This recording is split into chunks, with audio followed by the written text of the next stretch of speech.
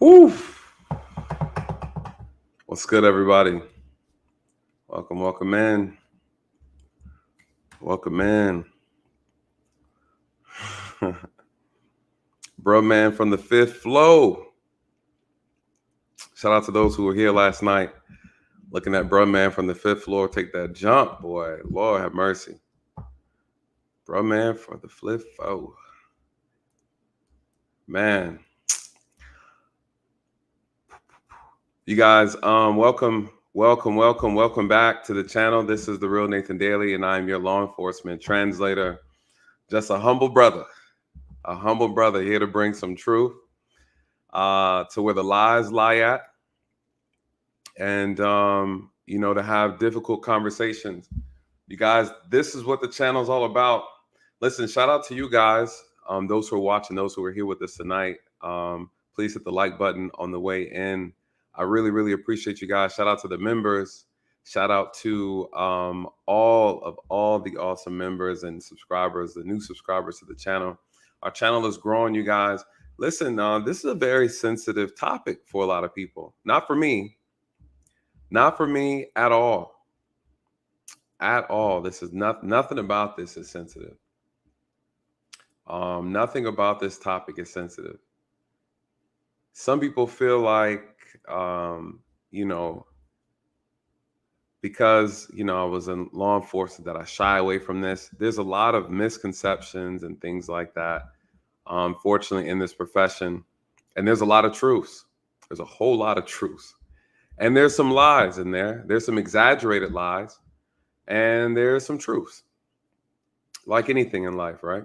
Unfortunately, there's a concerted effort to pull Black people and white people apart, keep us divided, keep us hating each other. And listen, they're good at it, right? Psychological warfare, you guys. That's what we're dealing with. You saw the thumbnail. I've been waiting to do this series right here. This has to be a series simply because it's too massive. It's too massive of a problem to actually talk about in just one video. Even I can't cover everything because I don't know everything.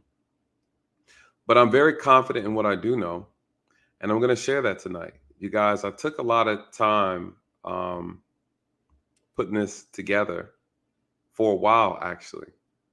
And where my discomfort lied was not really being prepared to really talk about it. Not that I'm afraid to talk about it, but that I want to make sure I do justice in the conversation and speak to the things that need to be touched on. That's been my only issue. Not so much whether or not it should be talked about. Absolutely needs to be talked about, needs to be talked about more. It comes up often on this channel. What am I talking about? The KKK and policing. You guys, it's deeper than that. It's way. Some people can only see the surface level issues. Depending on how well you can swim, I'll take you out in the deep end, you guys. Some of y'all can't swim. As more people come in.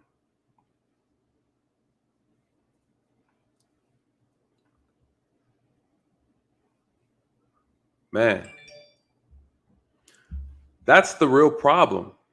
The real problem is I end up meeting people who want to have these conversations and they can't handle it.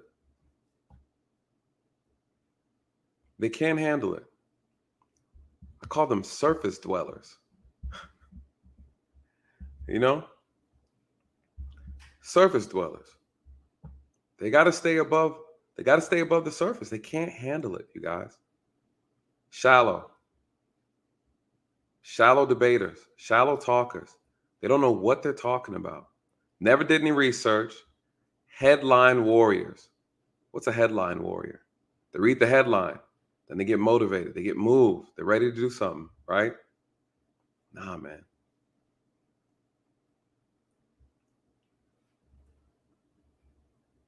When you know, you know. And it's hard having conversations with people who don't know. People who are ignorant, cool, I can work with them. But the willful ignorant, Lord have mercy. Bless their heart. You guys, they're hard to talk to. They're hard to deal with. Always looking for the confirmation bias. That's all they care about. Perception's reality to these people. And they're on both sides, white and black, right? There's a sprinkle of stupidity all around this place. And everybody got a little bit of it. You guys, I'm all about unity over here. I'm all about love, respect. I can be a little petty, but I'm human. All about love and respect, you guys. There's a lot of hate in this world. There's a lot of hate in this country. There's a lot of hateful, evil people in positions of power. That's a fact. Only weapons formed from love can defeat weapons formed from hate. If you bring hate over here, you're not welcome. Absolutely not welcome. Absolutely not. Not here for the division. I'm not here for the race baiting propaganda. I can't take it. I can't take it. It's like people want you to be mad at someone who doesn't like you because of your skin color. I can't have a conversation with you. I can't take you seriously. You want me to take that person seriously who thinks that I'm inferior because of my skin color? People say, but that's how they feel. So what? Don't put your hands on me. All right, that's my philosophy. Think what you want, whatever. I think, but there is a unique problem. Absolutely. An organized, orchestrated effort to be integrated in all facets of society where their power is. This is true. This is true. White supremacists, racists, bigots, white nationalists, and militia groups. You guys there? I mean, yeah, it's a fact. Who doesn't know that? That's a fact. Again, this is a complex thing to talk about. And unfortunately, not everybody has the mental fortitude to hear it through. There's layers to it. There's variables to it. It's not that simple. To some people, yeah, for surface dwellers, you guys. For surface dwellers, absolutely. Everything is simple to them. And there lies the problem. This is where the simple-minded bring so much chaos to the conversation because they can't slow down long enough to hear a different perspective or to hear the nuance. I think a lot of people have issues with my channel because they don't like that I bring nuance to the conversation. He's white, he's racist. I'm like, hold on, slow down. Slow down, Skipper. Right? It's not that simple. Some people, it is that simple. I mean, how do you argue with someone who already has a made up mind? I can't, you guys. I can't do it anymore. Just had a black man come up here and tell me that if you're in a gated community, you're a racist. You're a white supremacist. Yes, what can I say to him? What can I say to him? He's done, you guys. He's done. And there's a lot of that on both sides. There's a lot of that on both sides.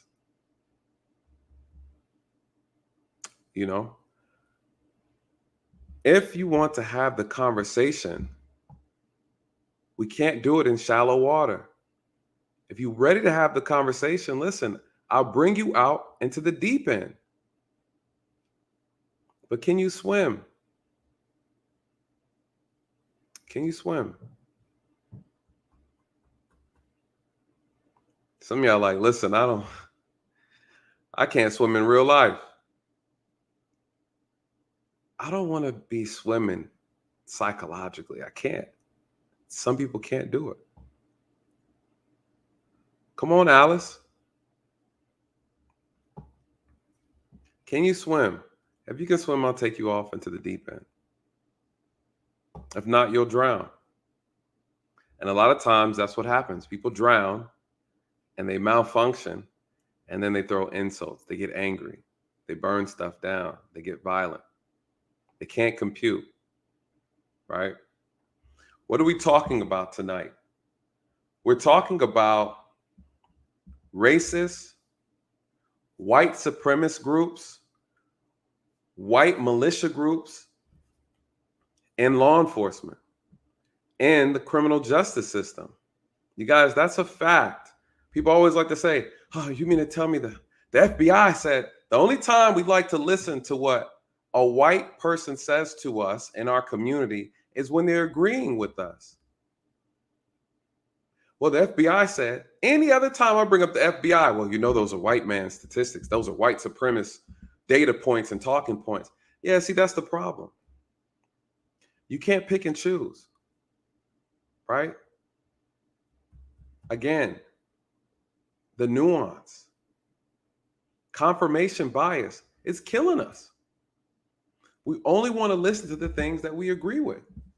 We don't want to listen to understand. We don't want to listen to evolve. We don't want to trust someone simply because they have a different perspective.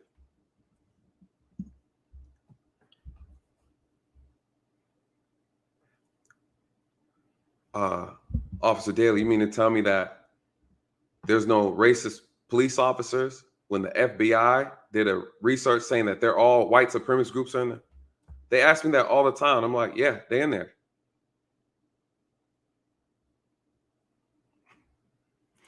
They're in there. Now, what are you going to do about it? You're telling me something like, I don't know.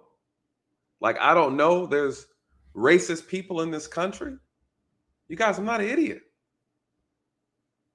And anyone who tells you something different is an idiot. Listen, I'm not a politician, you guys. I just call it as I see it. Everybody wants you to pick a side in this country. Hey, are you white or are you black? I'm like, so why does it matter? Like this right and wrong. Let's start there. And then after that, we can go in our respected circles, right? Right is right. Wrong is wrong. Why can't we let that be the compass? Why can't we let that be the compass? This group, that group. Now they got us divided up by genders. You're this, you're that. You're mixed with this, that. Change here, change. You guys, this is the most confused country. The most wealthy, the most broke, the most dangerous, the most violent, the most nonsensical, anti-citizen country. But then the most free, yet the most captive is at the same time. Physically, you're free. Mentally, this country has us all over the place. You feel free. But boy, they throw that propaganda at y'all. Y'all eat it up like biscuits. You eat it up, man. We're so easily manipulated by our media in this country, by our politicians.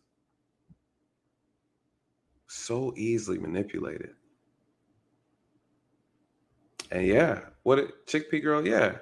And we are here thinking that this is the best. You guys, man, what'd you say? And love to think that it's the best. Man, you guys don't have a clue. They want you to think that. They want you to think that. And then you step out the country, you be like, man, what is going on in America? Right? Why do we have a problem here? Why do we have a problem in this country? You guys, it's capitalism. This country is about money and they don't care. Whew. What's the issue in this country? And people are confusing with everything else. You guys, listen, it's profit over people. Profit over people. This country will get you sick and then sell you the cure. I'm sorry. They'll sell you something that appears to be the cure, but slick is not the cure. That's how dangerous this country is. Now, listen, not, of course, I ain't gonna knock it, right? But the reality is, a lot of people don't really understand what's going on. They really don't understand what's going on, man. It's about money. And if they got to make you believe in Santa Claus to get in your wallet, you guys, they will do it. If they have to make you believe in the unicorn, they'll do it, you guys. Leprechauns, name it. No, not at all. I mean, those who know, they know, right? Y'all said y'all wanted to swim tonight. I'm gonna take you out here in the deep end. I'll take you on the deep end. You guys hit the like button. We're gonna dive into the content. Before I get into that too, let me do this because I want to hit the like button. Hit the like button. Bam. Listen, you guys, because I always keep forgetting to say this at the beginning. So moving forward, every Wednesday will be our scheduled live stream days. Every Wednesday, 8:30. Please take a moment, one, to hit the like button, and take a moment to, one, put this on your calendar. You guys, and also take a moment, if you are on any of these social media platforms, I am on all of them. And let me tell you, I hate social media, you guys, but it is part of the process. The reason why I say this is important is because, unfortunately, there are some days where I'm uploading videos or live streams and you guys don't get the notifications. I don't know why. I'm hearing a lot of things. Some people say it's the content that I make, shadow banning. Some people say they're leaving all kind. I don't know. But I'm working on a workaround. And so I do post when I'm doing live streams on Instagram. I haven't got to all the other ones yet. I post a little stuff on TikTok. I have my nonprofit on Facebook, but I also do stuff on there as well. So these are different ways you can find me. I am taking my time to get more involved with the different platforms. Eventually, I will have a good system going, you guys. So as you know, I'm new to this. So YouTube alone takes up a lot of time. And so I'm working on a better strategy. But please take the time to follow me on all these platforms, you guys. I'm under Real Nathan Daly on all of them. And so please check that out. Again, every Wednesday, 8:30, you guys, we will be live. Please set your calendar, whatever you need to remind yourself, just in case you do not get a notification through YouTube. YouTube be throwing a little hate sometimes. So again, that's there for you guys. Wow, let's get into the content, right? Let's get into it. Let's get into it.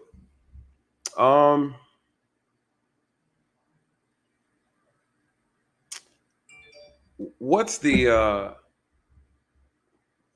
what are we talking about? We all know what goes on in this country. We do know.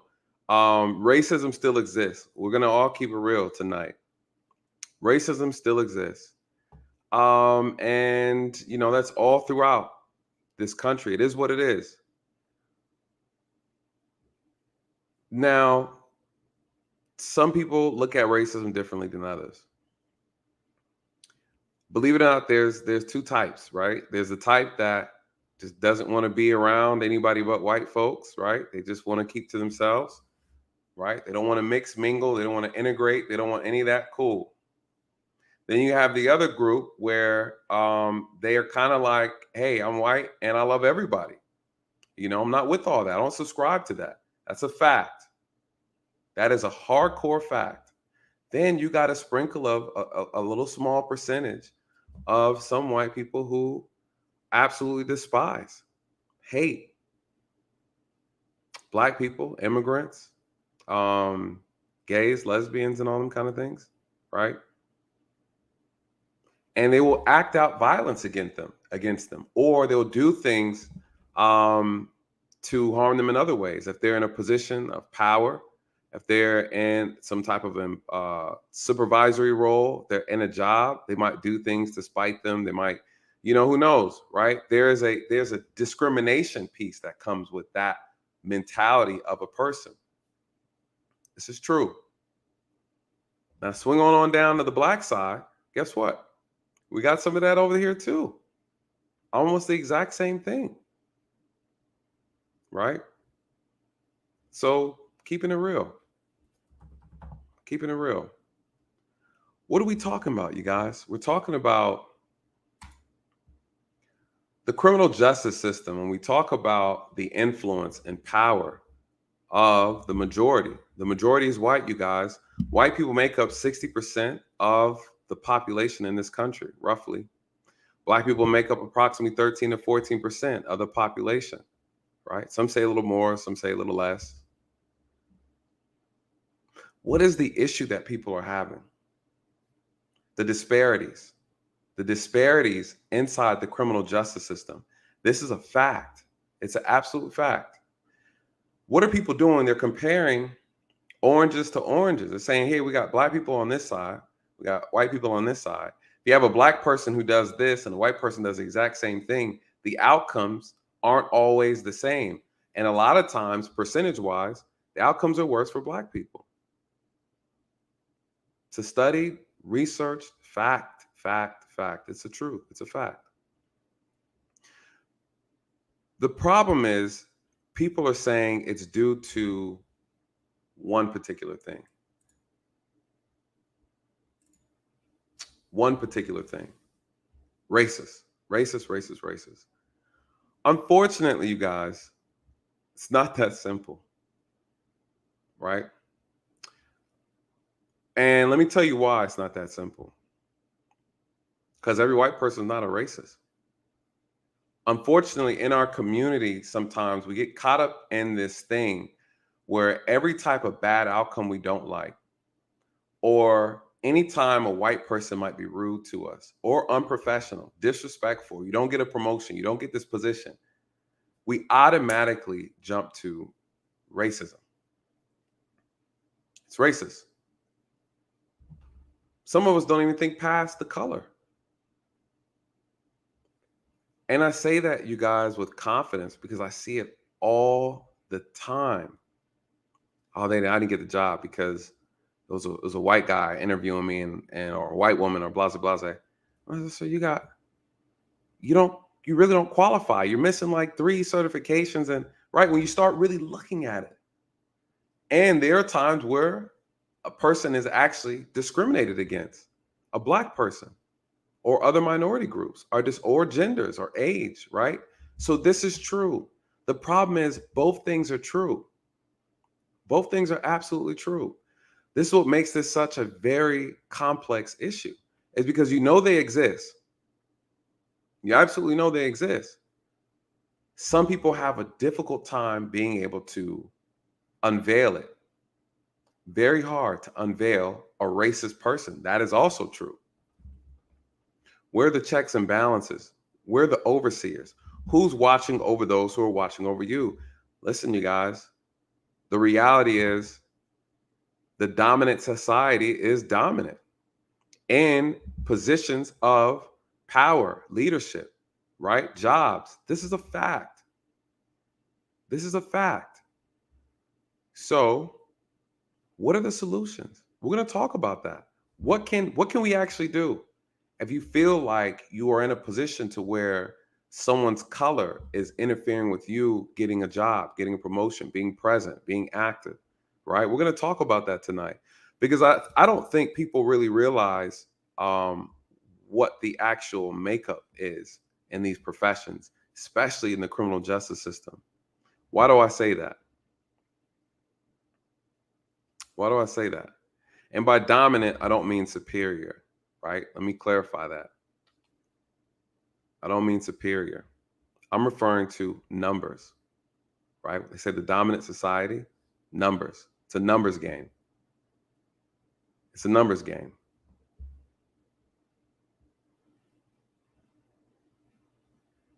Right? It's a numbers game. And so one of the biggest issues, for example, in the criminal justice system, there's 3 layers to it. You have policing, right? Law enforcement. You have courts, which is superior court, magistrate court, traffic court. These are the courts, judges, attorneys, defense attorneys, prosecutors. And then you have corrections, the correctional system, right? We're talking state, And we're talking federal prisons, right?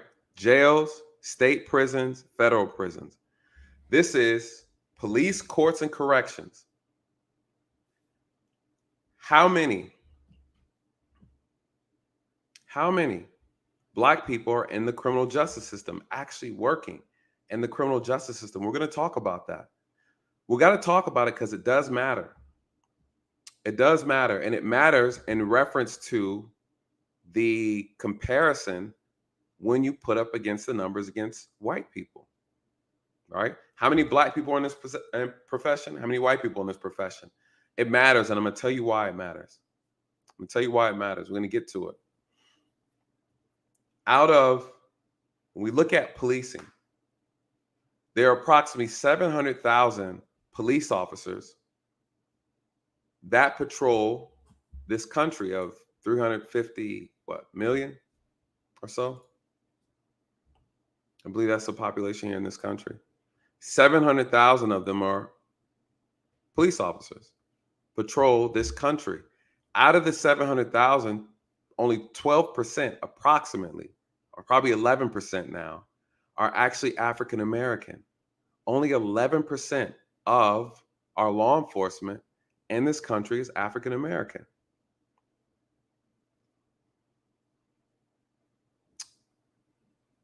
Right? That's a very, very, very small number. What about attorneys? You got to become an attorney to become a judge. So what about attorneys? Out of all the attorneys in this country, according to the American Bar Association, you guys, only 5% of them are African American. You guys, this is a numbers game. This is a numbers game. Every white person is not a racist, but there are some racist people, right? Does anybody know the percentage of racist, evil white people in comparison to the good, loving white people? Does anybody know? I don't. You guys, it's guerrilla warfare. Are you familiar with that? It's guerrilla warfare. What does that mean? That means the evil and the wickedness in this country hides in plain sight. You don't know. You don't know. You absolutely don't know. And I think that is the problem, right? I'd say, what does a racist person look like?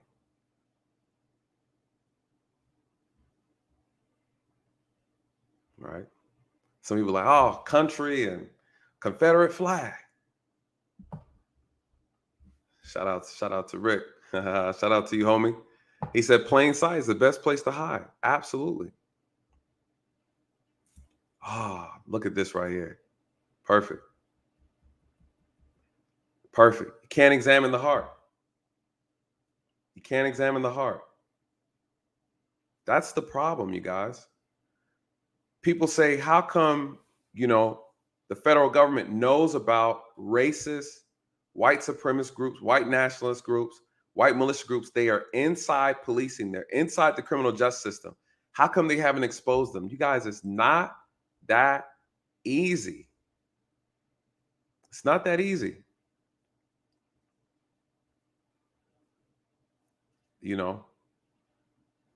It's not that easy, man. If you want to bring about change, you got to get your hands dirty.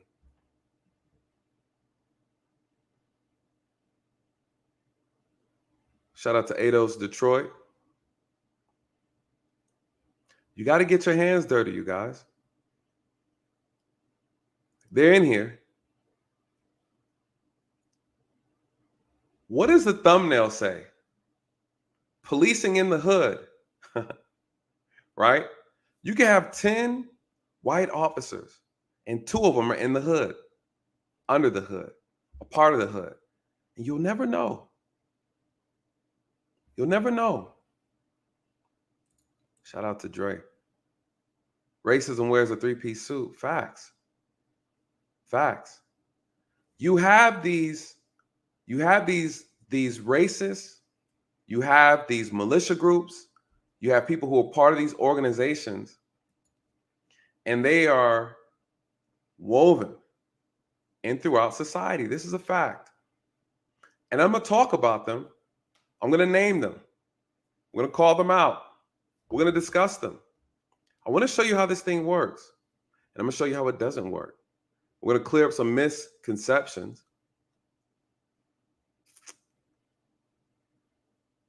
It absolutely has to be talked about. The feds know about it.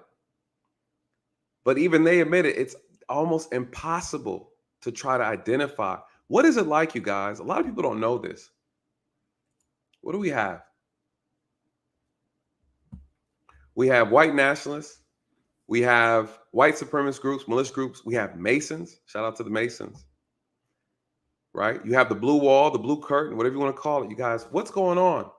There's factions amongst factions, groups amongst groups.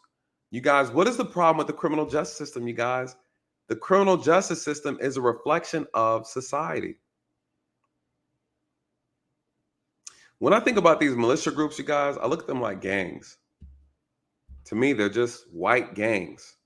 Just like we got black gangs, Bloods, Crips, BDs, GDs, right? You got Latins, you got Latin gangs, right? Come on. They're gangs, literally, with a certain objective. They are gangs, white gangs, with certain objectives. Could you imagine if white people started saying, hey, these black companies or these companies that are ran by black people, you know, the FBI said that they've been infiltrated by Bloods and Crips, right? Bloods and Crips. Could you imagine? You guys, that's all it is. They're like professional gang members, and some not professional. They have a very, very, very direct objective, though. A lot of it's rooted in nonsense. A lot of it they really believe, right? They believe it like a religion. That's what makes them dangerous. That's what makes them dangerous. So, how do I look at these white militia? They're gangs, you guys. That's all they are. They're gangs. Are gangs dangerous? Yes.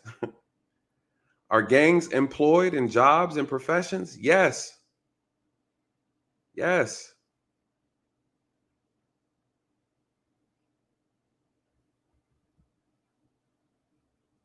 Yes, man. They're a gang, a bunch of gangs. They just have a different type of objective. They're organized, they're structured, a lot of them. And they got chapters and blase, blase, blase, blase, blase. You guys, they got it together. And they're not necessarily killing each other. Right?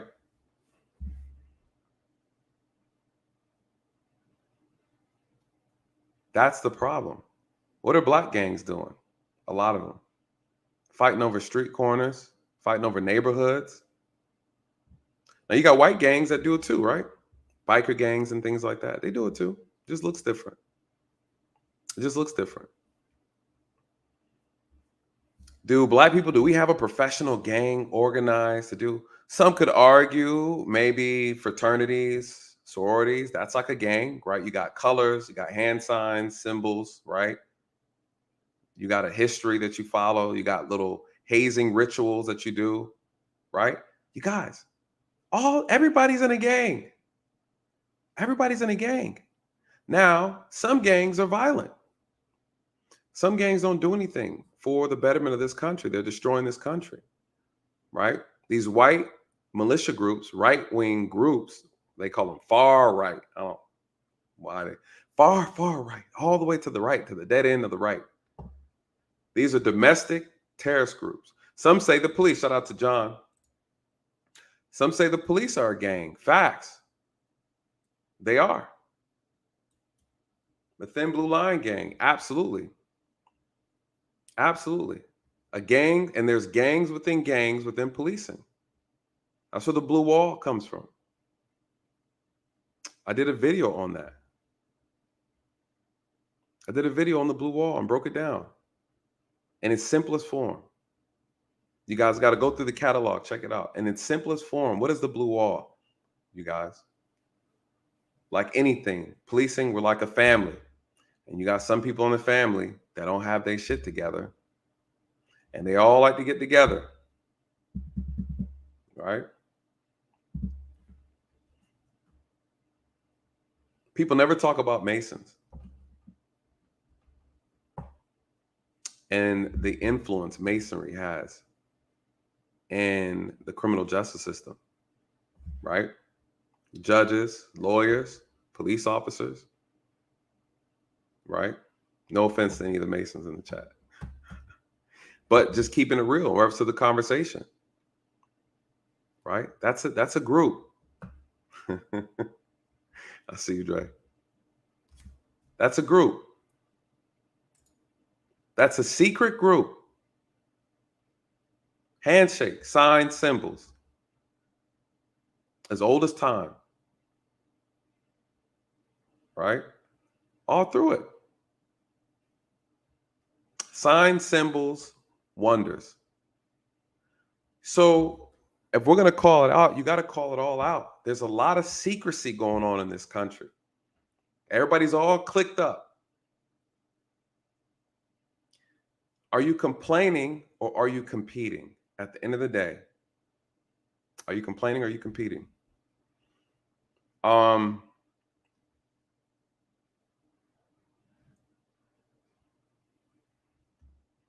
gonna go through these super chats real quick because this is the thing. I took some notes. I want to make sure I cover everything. So let me do the super chats and then we're gonna run through these. Shout out to Danita Alexander. Thank you so much. Welcome to the channel.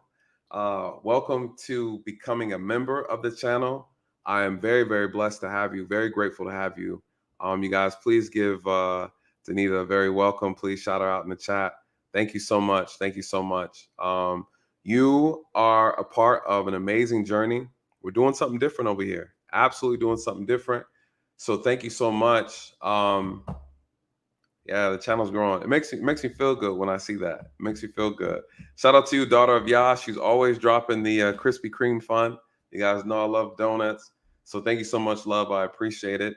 Daughter Yah, she's also a member, one of my day ones right here too, actually. Back when the brother had about 100 subs, she was here. She was here back on the struggle subs. So thank you so much, daughter of Yah. I really appreciate it. I'm always excited to see you in the chat. And Danita, thank you. What does she say? She says, thanks so much, Nathan, for what you do. I'm a new resident of DeKalb County. Shout out to you. My old stomping grounds. That's where I started policing at. And I've already been a recent crime victim. No. Thanks for helping this community and keeping us informed. Stone Mountain, Georgia. What happened, if you don't mind? If you don't mind me asking, if you feel comfortable sharing. I'm really, one, thank God you're okay, that you're safe. I hate that you had to go through that. But thank you for sharing. And trust, I know all about it. Those are my old stomping grounds. Shout out to you. Yeah, I want to know more about that. What is Dre hit racism 3-piece suit facts. Shout out to Mr. Lovett. Shout out to you, player, with the $10 super sticker. Thank you so much, brother. Thank you so much. I'm glad you made it. Man, we got a lot to cover tonight. Big homie Millennial Mark, what'd he say? They cuss each other out and even fight each other, but code kicks and real quick. Yes, when it's time to get to work against another race group, it's a race. Facts. What is Millennial Mark talking about, you guys? He said, this is a race between races. Reese's Pieces. All right? Everybody does compete within their group, you guys. It's true. It's a race between races. But this race can be done in love. Hate does not have to be here. People, it's just like school in the lunchroom. People all sit together at the lunch table, right? How often, when you see a white person sit down in a group, you go over there and sit by them and have a conversation? A lot of us don't do that. Like, be real, right? Be real. It's unfortunately, these things can be uncomfortable. We're not used to mixing and mingling with us everywhere. That's not the norm. How do you break that? That's where this stuff is coming from. We don't know each other. We don't know each other. And some of us are uncomfortable sitting next to each other and having a conversation.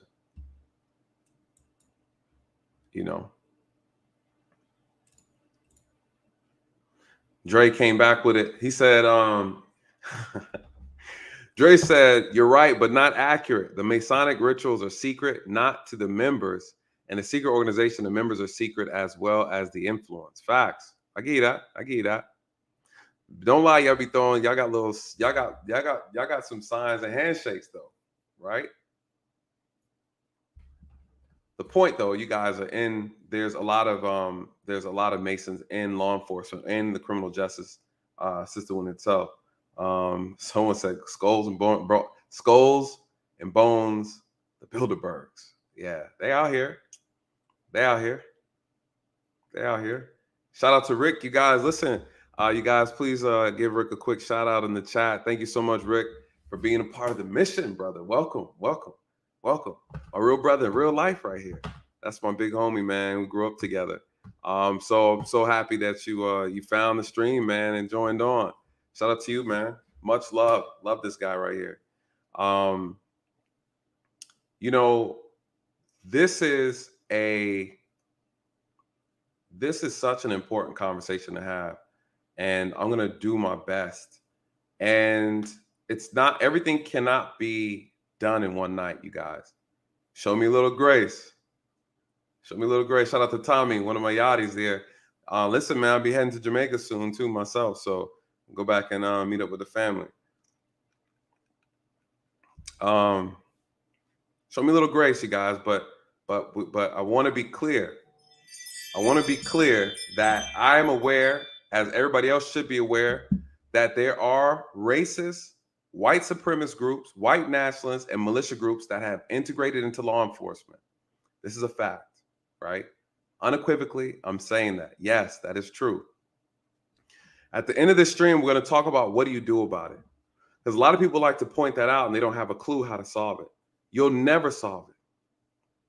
Let me be clear. You'll never solve it. We can reduce it, but you can't solve it. It'll never happen. Wake up, right? Wake up. What do we want to do? We want to reduce it. Significantly reduce it. There's a way to do it. There's a way to actually hinder wicked people from carrying out a lot of wicked acts. A lot of them. Not all of them, but a lot of them. Right? There's ways. There are ways. Shout out to you guys. Shout out to y'all. Shout out to you. What you think on Officer Tatum defending the cops? Well, I heard, me and Tatum did an interview. I interviewed him. That video will be released next week, I believe. I think it's next week. I got to double check. But the video is supposed to be released next week, I think, or towards the first week of August. The video is going to be released. I think he went back and I didn't watch the videos. Don't quote me on it. Listen, Brandon Tatum's pro-police, right? When we had a conversation, he said, listen, I'm pro-cop. My position's different in this space. I'm pro-accountability. I don't care where it lies. I'm simply examining the issues. I'm not here to take a side. I'm examining the issues, translating them for both sides. Hey, police, this is the problem right here that the citizens are having with you. Here's a problem that the Black community is also having with you. And then I can turn around and say, hey, citizens, this is what the police are having an issue with. Hey, Black community, this is what the police are having an issue with. So I'm here to examine and I'm here to mediate between the two sides. Some people don't like that position. Well, that's what I felt called to do, right? Like, I don't know. Yes, he's pro-police. I asked him about it, and he gave me a very, very, very interesting response. You'll have to catch it on the interview, but I was like, okay, that's an interesting way to put it. Great conversation though. We had a great conversation. I'm looking forward to debating with him on some tough topics. I told him about some things I had an issue with on some of these high profile cases. He gave me his thoughts. So it's going to be interesting. Stay tuned for that. The first week of August is when it's going to be released. I believe it should be released on a Wednesday, and it will be a premiere for you guys to catch. So shout out to you. But yeah, we did have a conversation. A lot of great back and forth. It was good. I learned a lot too. Learned a lot as well. All right. So let's do it. What are we looking at? What did I say earlier? The influence of, again, white people as a group. They are the larger number. So naturally, they outnumber black people. There's always going to be more white people in any profession, essentially, than there are going to be black people. With that being said, when you have people who are undercover militia group members, white supremacist groups, they are sprinkled within the white community. That's a fact. So what happens? They also sneak into every other profession. That's a fact. So again, there lies the problem. They are judges, lawyers, police officers, correctional officers. That's a fact. What can you do about it? Not much of anything. What can the federal government do about it? There's some things they can do. They can help reduce it, but they can't prevent it. Because what's happening is you have people in these groups, part of these memberships, they are grooming up. They are grooming up other people who have immaculate backgrounds. They've never posted anything, tweeted anything racist or whatever. And then they sign up for a job. They get the job. But we're going to talk about what are they doing? What's their purpose? What's their purpose? The problem is when they get into these positions of power, they create disparities within the criminal justice system. They create disparities in these professions where black people are, or when politics or policies or rules are then enforced on black people, then you have these pockets of individuals, right, who are able to manipulate things because they have an ulterior motive here because of what's going on in here, in their heart, their mission, whatever you want to call it, wickedness, whatever. That's a fact. So what does it look like? Disparities in sentencing, right? What did the Sentencing Commission say about the disparities when it comes to black and white? The data shows that when you compare white and black together, right, when it comes to the sentencing of a crime being committed, when you have a black person, a white person, a black man, white man, you compare the same crimes that they both committed, what they are seeing is that when it comes to the length of sentencing, black people receive 20% longer sentencing than white offenders. Now, this is true based on the data that they have. What they are not incorporating in said data, though, is the comparison of criminal history. You got to compare those things too. And I say that to add context because, again, we talked about everything. There's nuance in this. Nuance. It doesn't take away from the fact that the disparity is there. You also see this disparity when you have situations where you might have a person who has a lot of money and they're white, and a black person who might be middle class. And then that white person will get the benefit of the doubt. They'll get the grace, right? They'll get maybe 2 years probation. A black person might get 5 years in prison. This is a fact. And I did a comparison on my channel early on last year. I compared a white, wealthy male teen and a black teen in reference to the accusation of being a rapist. The white teen got like 10 years probation for raping 2 girls underage. And the black man who was accused of rape, he got 10 years. You guys, so it's a fact. This is a problem. It's real. I know it's real. I absolutely know it's real. What do you do about it? Well, when 5% of all of our attorneys and judges are Black, it's hard, you guys. It's hard. That's why I say if you want to bring about change, you got to be present. Now, people look at this thing and say everything is racist. I can't agree with that. I don't agree with that. I don't agree with that. Unfortunately, human nature plays a role in this as well. Sometimes they're not racist. Sometimes you have people who they don't have the integrity to do the job that they're doing. Meaning, if they can't, people tend to treat you differently when they see themselves in you, right? When I look at this little girl and she's Black, she reminds me of my little sister. I want to treat her differently. Why? It's human nature. You have a white person, sees a little boy who's white. You might treat him a little bit different. It's not because he's racist. It's human nature. You guys, I've experienced this even on the job. Even on the job. It's called biases. Biases. That's a real thing. It's not intentional. It's subconscious sometimes. But the problem is biases can look very, very racist on the outside. This is true. You guys, listen, I said it's layers to this thing. We got to keep it real. Every bias situation is not a white supremacist trying to hold you down. It's not true. Not true. Facts. Absolutely true with this. We need to learn a better way explaining empathy. That is a problem in policing. I always say it. I've seen more white officers that were racially insensitive than I actually seen an actual officer that's racist. Racially insensitive? Absolutely.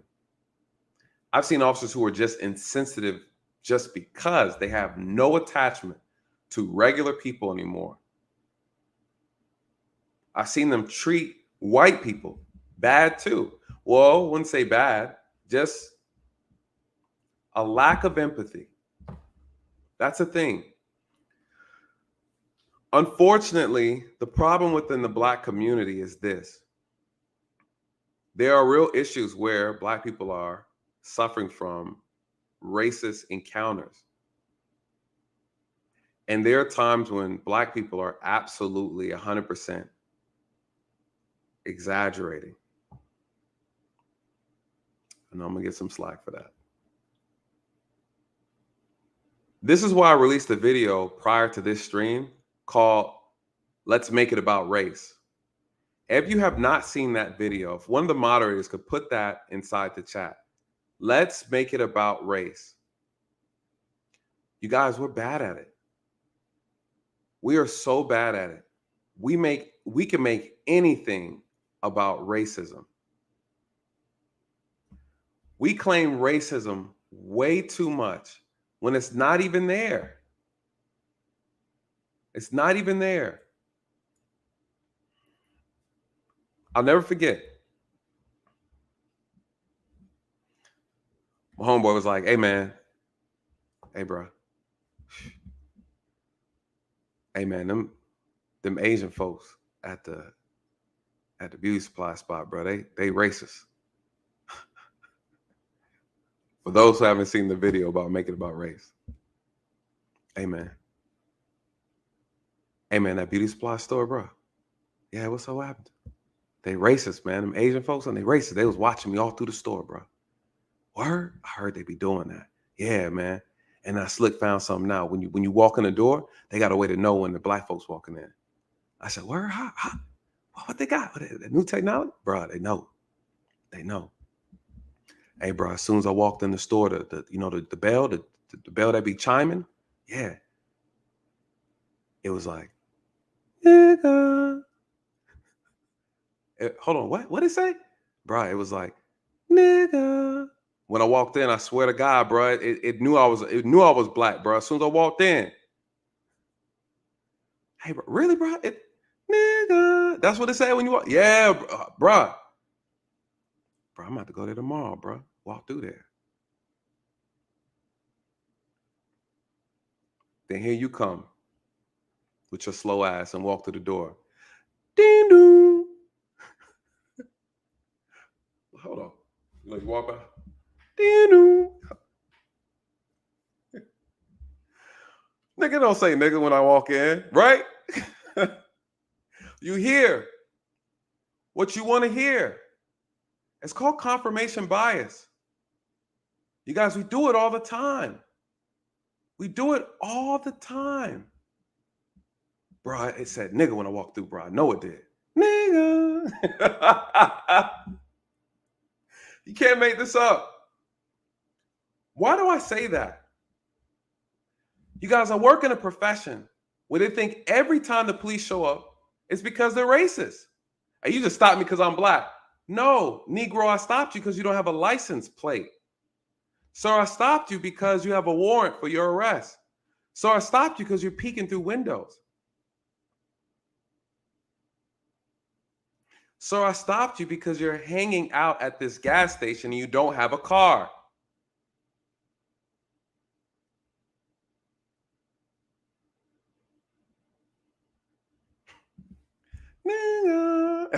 Every time we get a new member, every time we get a new member and he's black, right? Shout out to Millennial Mark. Shout out to Millennial Mark. You guys, please check out his channel too, man. Millennial, I always keep forgetting to tell people to check you out. After Moderson dropped his channel in the chat, you guys check him out. Talented brother right here, educating a lot of our people on how to get to the bag, get the money the right way. You guys learning trades. There's so much. Get your hands out here and get to work, right? He'll show you how to do it. Yo, Millennial, appreciate you, brother. You know, you've always been holding me down, man, since we first met on YouTube. And I really, really appreciate it. Even behind the scenes, man, we cracking jokes. You know, you guys, Millennial Mark's a retired officer, man. He can speak to a lot of these things. He worked in the black community as well. You know, we make a lot of excuses, man. I was in a predominantly black police department and people were still saying things were racist, you know? And then when I have these conversations with people, we want to take these floating goalposts and keep moving them around. Well, yeah, you're not black, but who you work for is black. Sir, the chief is black, sir. Well, okay, well, the police chief is black, but the person who's in charge of the chief, I bet he's white. Sir, did you vote? Bruh, the mayor's black. The entire board of the city council, they're all black. County commissioners, they're all black. Black school board, all black everything. Everything is not about racism. Everything's not about racism. You go to school. Some of y'all don't even know any white people. Never seen one in your neighborhood. You don't know how many times I hear people, hey man, you know, the white man's keeping me down. Sir, where? Where is he? Name him right now. Name me 3 white people that you know. You guys, I'm not joking. I'm not joking. It's bad, you guys. It's bad. But it's not to say that racism doesn't exist. I'm saying they don't exist where you live at. Some of y'all couldn't throw a rock and find a white person. There's nuances to it, some people would say. And then they want to float the goalposts and move it around. Well, you know, we wouldn't have got here if it wasn't for... All right. I asked the brother the other day on this stream. He said he don't believe in voting. 45-year-old grown man. I don't vote. Black man, I don't vote. I don't vote. I asked him, I said, are black people oppressed? He said, yeah, black people are oppressed. I get to ask him these questions. And I said, sir, why do you feel oppressed? This is what I asked him. He said, oh, me? Me? Oh, no. I'm not oppressed, but black folks are. You can't make it up. You can't make it up. Shout out to Mechee. I got to throw her under the bus real quick. I was on her channel being a troll. I was being a troll in her channel. People were getting on me. I was handling them. You know, I was trolling in the chat, pissing people off, right? A lot of them don't like the police. So I'm on there pissing them off, trying to hype them up for me and Mechee's big interview we're going to do. I'm like, yeah, nah, it's your fault. It's your fault, right? And then, when you be talking shit, but the person here for real. Shout out to you, love. Shout out to you. So Mechee, you know, that time I was over there, I was talking trash in the chat. Shout out to Mechee. And people were coming for me. Nah, get out of here, cop. We don't want you. You sell out. They're calling me a sellout, right? And Mechee was like, Nathan said black people aren't oppressed. I don't agree with that, right? So we're going back. And then the chat went off. It was her chat. She'd be having like 1,000, about 2,000 people every time she streamed. So her chat be going like crazy. You got to like keep up. Someone was like in there. Someone was like, she said, what you say about me? Someone in the chat, but Mechee can always come up. Mechee can always come up. She can always come up. She gonna try to tear me up though. So someone in the chat was like, what? He said black people aren't oppressed? And I messaged her back and I said, tell me how you are oppressed. That's what I said to her. Tell me give me 3 reasons why white people oppress you or how they oppress you. You know what she said to me? You can't make this up. It's a lady in the chat. She said, me? No, not me. I'm not oppressed, but black people are. See, why are you speaking for other black people? Well, one could say I'm doing the same thing, right? You guys, we're not a weak group of people. We're not a weak group of people. Nothing about us is weak. I was blown away. I didn't know what else to say. I didn't. She said, I'm not oppressed, but I understand why other black people are. You guys, everybody I brought up on my panel, on this channel, who have said black people are oppressed, they themselves said they were not oppressed, but black people are. What does that mean? No, definitely not weak, but sleep like a mother. Absolutely. Some of us are asleep. Some of us are sleep. NyQuil sleep. NyQuil sleep. What does that mean? You're running around telling everybody black people are oppressed, and then you say, but I'm not. And you're putting that on the rest of the community. I don't know. I don't know what that means. I don't know what that means. Eyes wide shut. Matt G said melatonin. Yeah, facts. I agree with this. She says we are oppressed, but it's not by the white man next door. Most don't understand the actual oppression.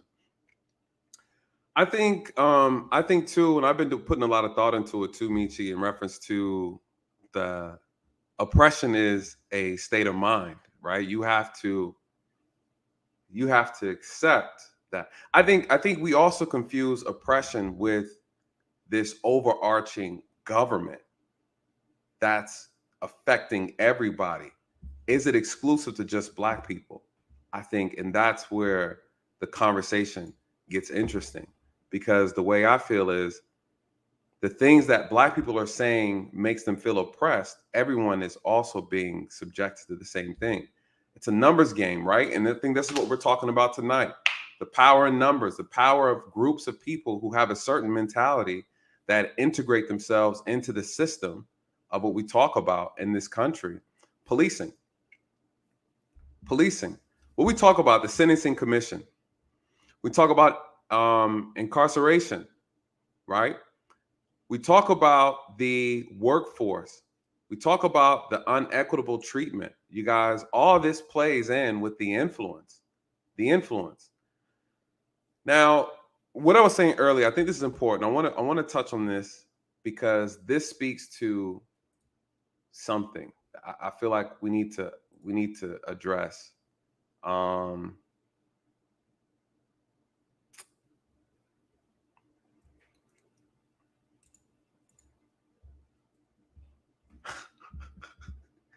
Dre, don't start nothing tonight. What Dre say? Shout out to Dre with the $10 super chat. He says, Black people are oppressed by being comfortable in their ignorance. Uh-oh.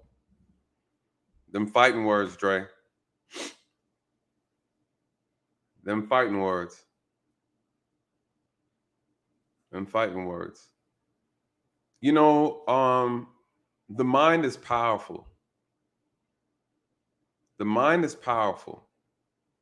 And I think that the reason why you have, again, I look at it as these three factors. Shout out to you, Dre. These three factors, what do I see? I see complacency, complaining, and competing. We have these three things going on in our community right now. And the people who are competing, you cannot, oh, we got some heavy hitters in the chat. All right, we got some heavy hitters. They need a shout out to you. She says, every crime ever committed against me was by another Black person. That's the truth.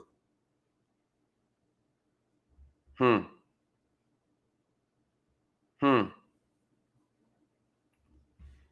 do you guys have to say about that? Ooh, it's gonna be spicy tonight. I can already feel it. We ain't even halfway through nothing yet. Lord. All right.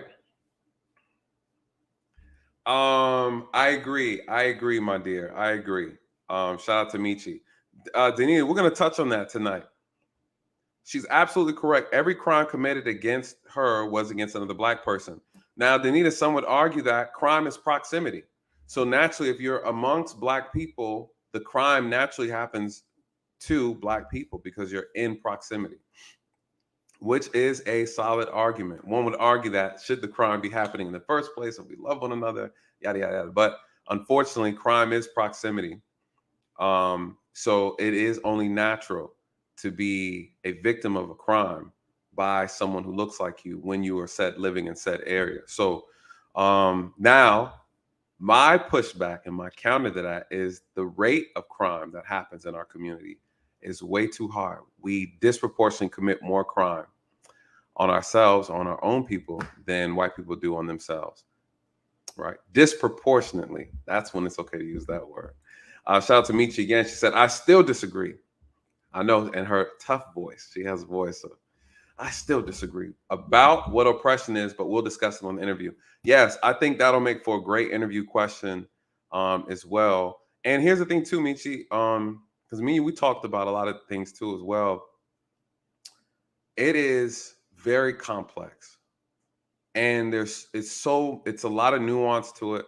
Obviously, we're not going to cover it all. I think the best thing to say to people is to not teach oppression simply because it does keep you in a state of entrapment, right? Almost. I think understanding how someone can oppress you is a conversation I like. And then forward it to a conversation of how do you keep from being oppressed. In my personal humble opinion, I believe that a united group of Black people cannot be oppressed, right? Kevin says it's systemic oppression that's being referenced versus individual oppression. Okay, I'm with you on that. Question: are Blacks treated exactly the same as whites in America? No, not all the time. Nope, Not all the time. And that's what the purpose of this conversation is tonight. You're absolutely correct. Individual oppression versus systemic oppression. This is going to make for some good conversations too. Here's my thoughts on this. To you, Kevin, and to the chat. Oppression, is it something that Black people cannot fight against? Is it something that Black people are doomed at? There's no option, right? Can we not get from underneath this said oppression? To me, that's the whole thing. The whole thing is, are Black people doing everything in their power to fight this said oppression? And the answer is no. Are we capable of fighting said oppression? Absolutely, yes. Are we doing it? No. Can we do it? Yes, we can do it. So I think, are we being oppressed? Are we allowing ourselves to be oppressed? Why do I say that? Because it almost seems like this said oppression is more rooted in convenience. We're comfortable. It feels good. People say white supremacy. Some of us are addicted to it. Why? If you want to get from the oppression, you have to do something about it. You absolutely have to do something about it.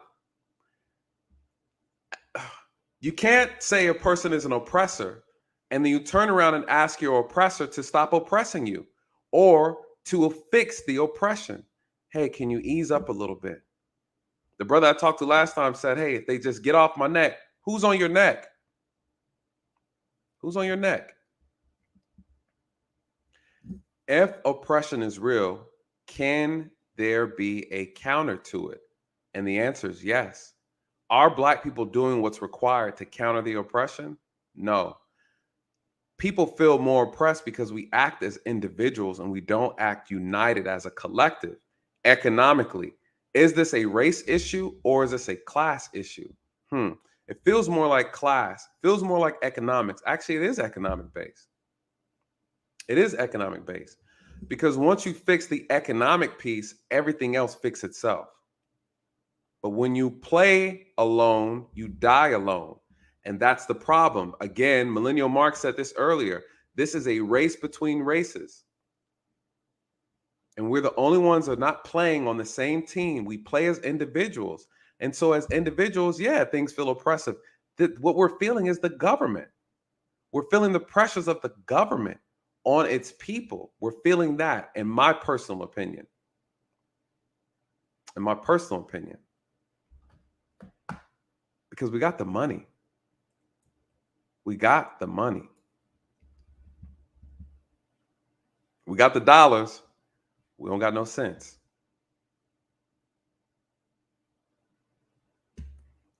We got the dollars, you guys. Our community has the dollars, but we don't have any sense. That's the problem. Then we want to blame it on oppression. We're the number one top consumers in this country. Oppressed how? Because we got finesse to spend our money and not put it in, prioritize it? Someone said, well, they don't teach us finances. So now you want your oppressor to teach you. Come on. Come on. Come on. Like, we got to keep it real.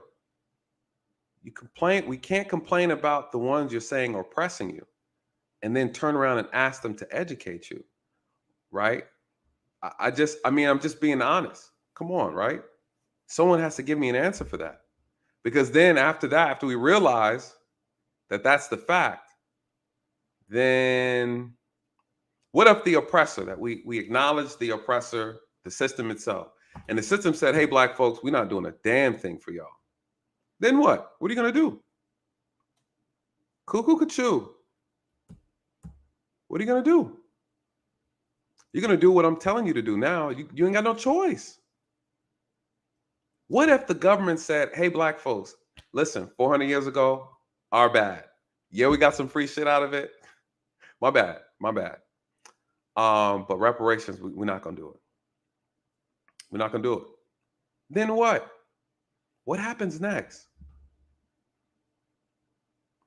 What happened next? Said, love me some Mechee. Me too. Me too.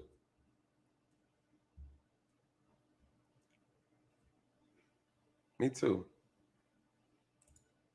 Shout out to Johnny. Johnny with the super chat, with the $50 super chat. Listen, Johnny, I can't wait to get my little soundboard, brother. I'm gonna hit you. You know, the little I'm gonna be doing all that. Sorry, no, it's probably loud. This mic is strong. Shout out to Johnny. What did Johnny say? Majority of us are childlike, refuse to be adults, and are proud of it. It's just what Dre was saying. We get comfortable in our ignorance, you guys. We get comfortable in our. It's so easy to blame somebody else. It just is. It just is. If we took all the white people away and sent it to another country, you guys, we'd be probably miserable. Some folks don't think so. I'm telling you. I said it in the last stream yesterday. We can replace all the white cops with black cops. It's not going to change the crime. Criminals in our community are not going to stop criming because all the white police officers are gone. Okay, there might be some brothers that won't get shot, but there's still going to be brothers that get shot. There might be some brothers that might not get shot as much, but there's still going to be some brothers that get shot. Shout out to Mechee. She was schooling me on these words. Before we talk about resisting arrest, we have to address cooperation. Got to address cooperation, respect, cooperation, authority. We have to. This situation in our community, it's a cultural thing. It's a cultural thing. Shout out to you, Johnny. Johnny on the spot. Johnny on the spot. Yo, with the $20 super chat. Thank you, brother. Thank you. We got Ados Detroit in the chat. Shout out to Mechee, y'all. That's she's like my superhero rival. I'm the Justice League. No. She's like the Justice League. I'm the Legion of Doom. Right. So we're gonna have our great battle. But I love Mechee's content. She's very passionate. And again, it's so hard to find people whose heart is in the right place. Regardless, her passion is love. It's love for the problem. It's love for wanting the problem to be fixed and to be changed. And I recognizes real, even though we might disagree on certain things. Regardless, we want the same. We kind of want the same end results. We want Black folks to be empowered, to be happy, be respected, and equitable treatment. Mechee might want a little extra on top. I just want equality, equitable treatment, and there's a way to get that. There's absolutely a way to get that. There's a way to reduce the problems that we have significantly, and we're going to talk about it tonight. Shout out to you, T. Halling. Shout out to you, brother, for the $20 super chat. Thank you. I really appreciate that. Again, with another super chat. Thank you so much, Lene. He said, very true, Nathan. You speak facts about Black on Black crime. Yes. You know, because honestly, we just need to reduce it. You'll never get rid of crime, right? We're not, it's not a fairy tale, but we crime way too much at such a higher rate, and it's just not necessary. Some people say, some people like to bring in the overarching piece of racism, white supremacy, how it influences things and businesses and blah, blah, blah, blah, blah. And okay, cool. But I'm saying we don't have to fall for it, though. Regardless, you still have to participate in said white supremacy. You still have to be a willing participant. That's what's so ingenious about how this country's set up. It's capitalism. They don't care about what you think, how you feel, what 400 years ago was like. They want their money. This country is about money. And again, we live in a country, this is the type of country that'll give you a virus and then give you a cure. They don't care, you guys. They don't care. And as long as we stay divided, honestly, it makes it harder to fix the problem. You really want this criminal justice problem to be fixed? White and black people have to come together because they're getting shot up too. White people are having bad outcomes by the police as well. They have bad outcomes too, you guys. You just don't hear about it. You know, someone the other day, I reached out, messaged this guy that I wanted to interview on my channel. He's like a pro-black, you know, one of those guys, right? Super, super pro-black.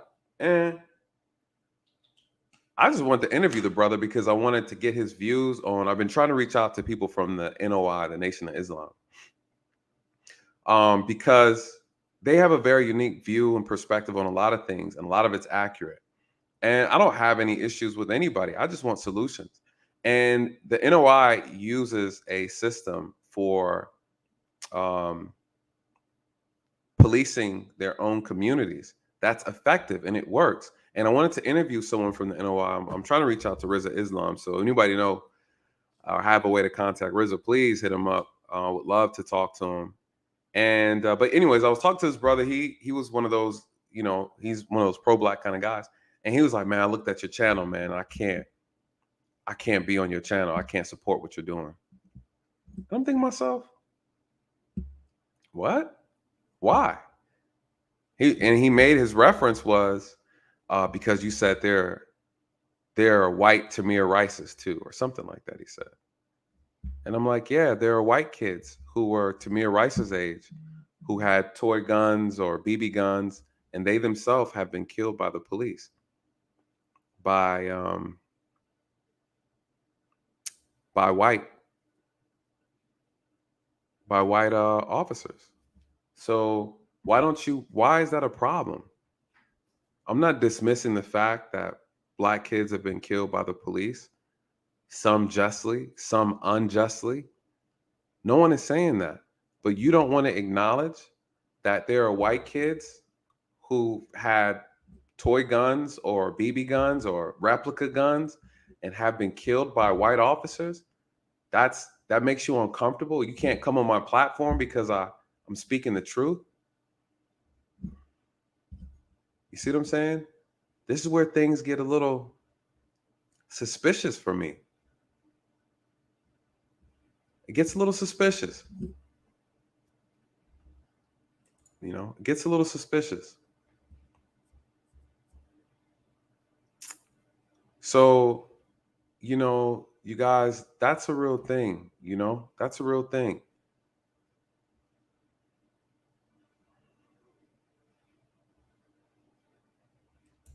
Facts. You're right, me too with that. And I think that's what I would love. I think it'd be a good deep dive just to talk about the layers of oppression. I think, honestly, unfortunately, because as a community collectively, we're not a strong, collective, cohesive group, the oppression hit different, don't it? Like everything else. That's why everything hits us so much harder on everything. Cuckoo, shout out to you. Everything just hits us differently. That goes with everything. COVID, you know, whatever. The flu, everything hits us differently, man. It's almost like every layer of it. Every layer of it. Shout out to T. Halling said it starts with your mindset. The mindset is absolutely key. You guys, this is the strongest weapon you have. The absolute strongest weapon. We walk around with it every day. The number one weapon that you walk around with every single day. Strongest weapon. What do? Some of us are walking around with this most powerful weapon and we're using it against ourselves. We're using the same weapon that can set us free. We're using it to actually keep us captive. Perception, man. Woo. Militia Mark, shout out to you, brother. Thank you so much. Thank you so much for this awesome super chat, $50 super chat. What did he say? He says, too many of us run away from anything that even smells like hard work. We feel owned for the hard work that came before us. It's a dangerous mindset. Listen, ain't nobody work harder than them ancestors. I don't care what you say. You be hard pressed, right? You can't tell me. You tell me the racism now is worse than the racism during Jim Crow, black codes? That was super systemic, super systemic. I mean, that was ultimate. I mean, come on. Come on. The culture of party and BS must stop. We come from producers and creators. Why not try that again? You guys, we are a great group of people. Absolutely great. Nothing about us is weak. Nothing about us is pathetic. Nothing about us is uneducated, unwise. Right? Amazing, man. History says it. Look at all the great things, inventions, and all kind of stuff. We are creators. We are producers. We're trendsetters. People love our music, our entertainment.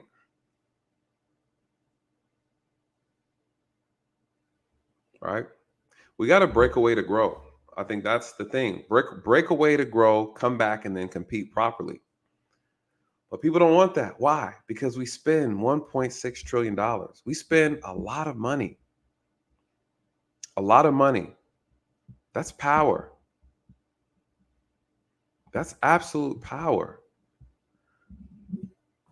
So why would someone, you guys, this is business. If Black people start doing their own, creating their own businesses and competing properly, economically, like we should, like we can, a lot of people are going to be out of money, you guys. That's what this is all about. I gave you the example about the beauty supply store, right? You walk in there, nigga, right? Now you're mad at them, but you still go back and you give them money. What if you took that business back? I spoke to a lady in the beauty supply store. You know what she said? She's a black-owned beauty supply store. She said that what they are doing, they are actually hiking up the prices, wholesale prices. And so you can't compete. It forces you to sell your hair products, beauty supply products, higher to the community that you're in. And these are Asians now who are doing this to Black people who want to get into the business. These are products that they themselves cannot wear. They have a monopoly on the industry, hair and beauty product industry. You try to get in, they hike the price up on you, then they starve you out. You can't survive. Why? Black people go in the store and be like, damn, $20 for some chapstick? Well, I can go to, right? I can go to Ling Ling shop and she got it for 25 cents. So why am I going to continue to support? Your prices are too high. They know that. And guess what? Then the Black beauty supply business ends up closing down because they can't survive. They can't survive. They did a whole documentary about this, and it hasn't changed a thing. That's the problem. We can give you guys the keys to success, and you won't put the key in the lock. Then I'll take your hand, I'll put it in the lock for you, but you won't turn the knob. And some of you won't open the door. We know this already. They did a whole documentary on how we're getting finessed in the beauty supply industry, the business. We're getting finessed. And it hasn't changed a thing. Make it make sense. I could do a video right now tonight on how to be a millionaire. Ask Mechee. She educates people on finance all the time. You guys, listen, if y'all want to know how to make some money, go to Mechee's page. She's dropping a lot of knowledge over there. Miters, please drop Mechee X's channel in the link, you guys. Check her out. She does teach a lot about finances. You can give people it all, man. It doesn't change a thing. If you don't fix this, nothing else matters. Why do I say white supremacy is convenient? Because it is. In the minds of a lot of our people, It's convenient. It feels good. The addiction is there. What do I mean by addiction? Why would I go to this mom and pop spot when I can go to Walmart? Why?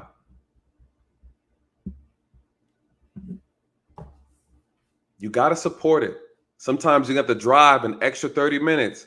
Sometimes you got to pay a little bit more, you guys. That's the sacrifice. It requires sacrifice. You're not willing to sacrifice. Some of us want a whole revolution with no sacrifice. You mad? You got to pay extra $5. You run into my business. Shout out to Mechee. You run up to Mechee, you be like, hey, can I get a discount on something you're already giving for free? You guys, that's not a white problem. It's a mind problem. If you don't have an answer for the mind, you don't have an answer for anything. Shout out to the gentleman who came up here telling me about B1.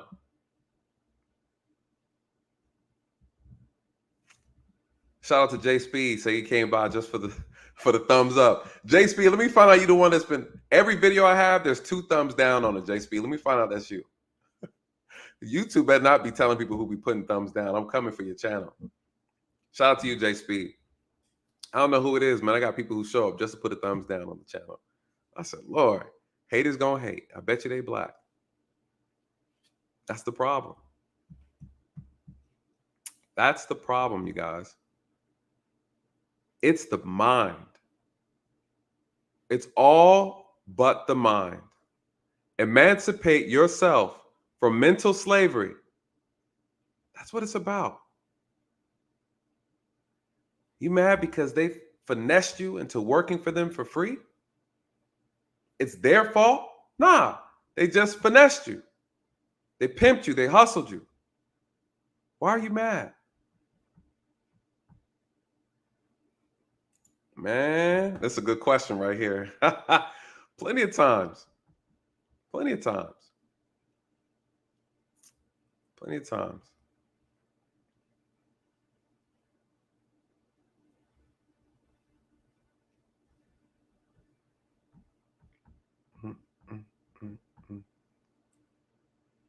And look at this. This is what I'm talking about. Shout out to Charles. Charles said, foundational Black Americans have found their lineage in moving forward. This fraud is worse than the sellout preachers that tell you to be calm when being murdered, innocent by unarmed police. Well, I mean, again, how do you divide up 13%, you guys? That's another problem.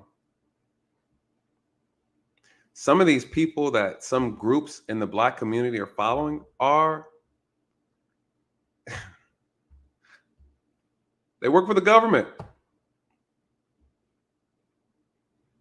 Be careful of those who tickle your ears. Be very careful of those who massage your feelings. Be very careful, you guys. We're such a passionate group of people, some of us emotional, that we're easily manipulated. And then somebody runs and tells us something that we want to hear, and we open up our wallets. We get behind them blindly. And then a couple years later, you find out that they were hired by the FBI.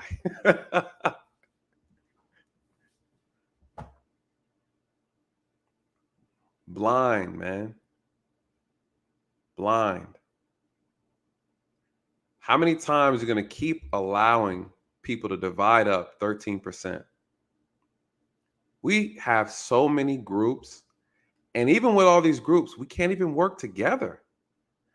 You know, tonight we're talking about all these militia groups, you guys. They work together.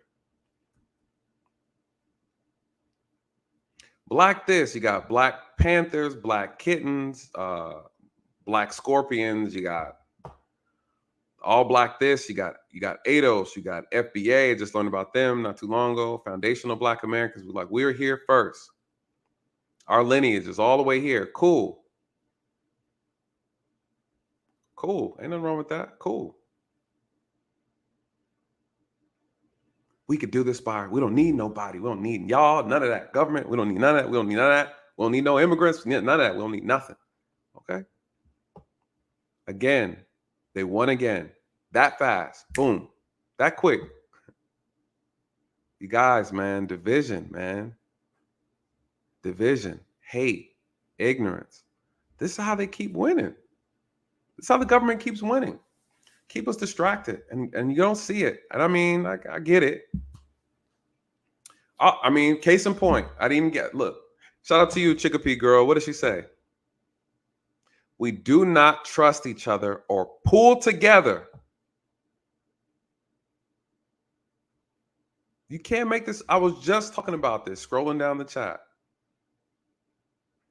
You mad at me because you don't like what I'm saying? What am I saying that's wrong?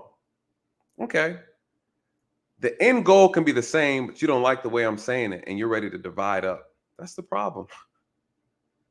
So we get played again. We play ourselves.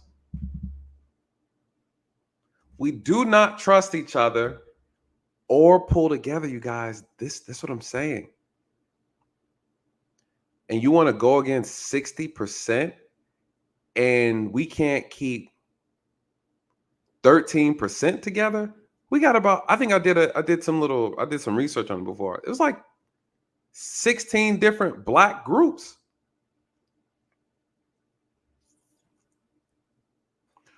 Some of us don't even respect Black politicians and conservatives. You call them sellouts. I'm like, how do you can't win? Easy to defeat a divided group of people. That's why you feel oppressed, because you can't work together. Can't work together. You guys hate, a lot of y'all don't like me simply because of the uniform I wore. Damn all the lives I've saved, all the Black lives that I saved from other Black people. Damn all that.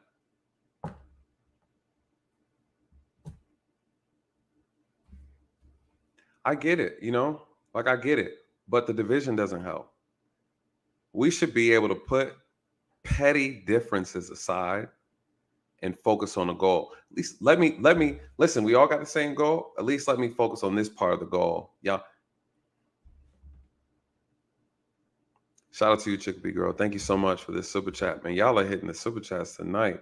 Hold up. More donut fans. More donuts. All donuts. More donuts. Just wanted to show some love. God bless. Thank you so much, Matt G. Love your avatar, bro. Love your avatar. Shout out to you.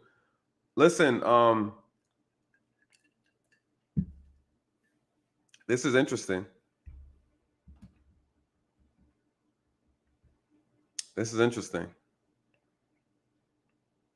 Because at the end of the day, we got to move forward to solutions. And if division is, you want to divide because you're angry at someone telling you something that you don't want to hear, instead of having the conversation about it. I mean, I guess.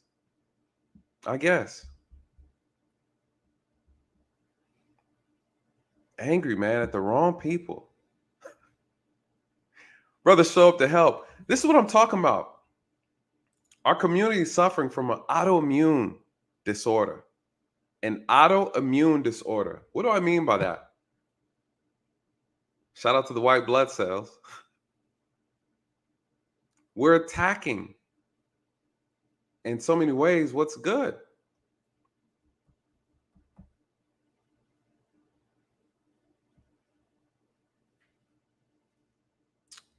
Yep.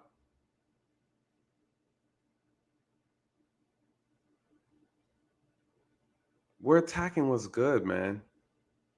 The body, inside the body, you have white blood cells. You start fighting with each other. You end up killing the body.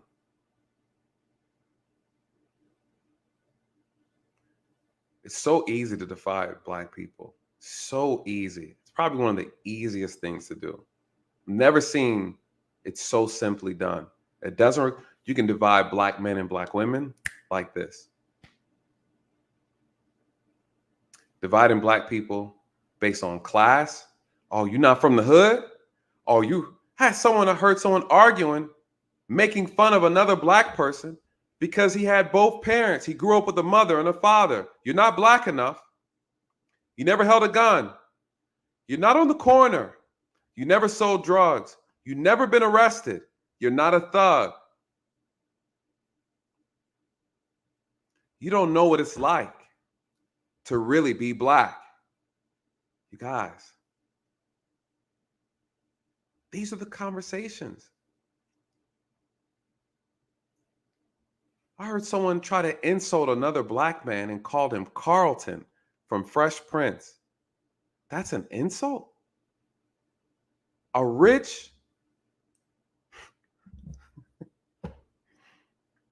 black man with two parents, rich parents, wealthy parents who went to college, got an education, are doing good for themselves. You call him Carlton? Oh, I bet you graduated with 2 degrees, huh? You ain't really black. Wow. Whew. Welcome to the black community, where at any moment they can take your black card from you. We're the only race that hands out race cards. You guys, they say I'm not black enough. And I'm blacker than most people. If it wasn't for this ring light, if I turn this ring light off, all you're seeing is teeth and eyes. You guys, we need therapy. We absolutely need therapy.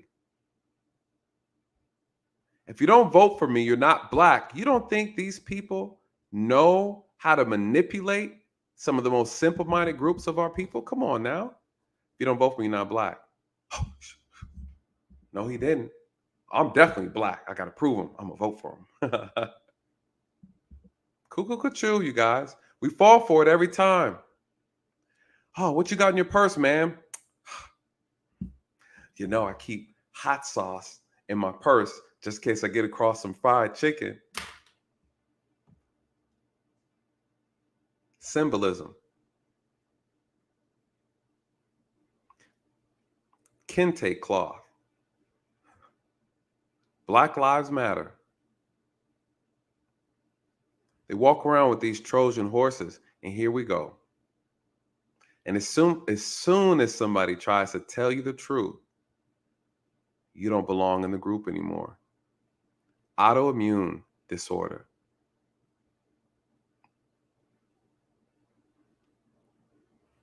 We suffer from accountophobia, the fear of being held accountable. You guys,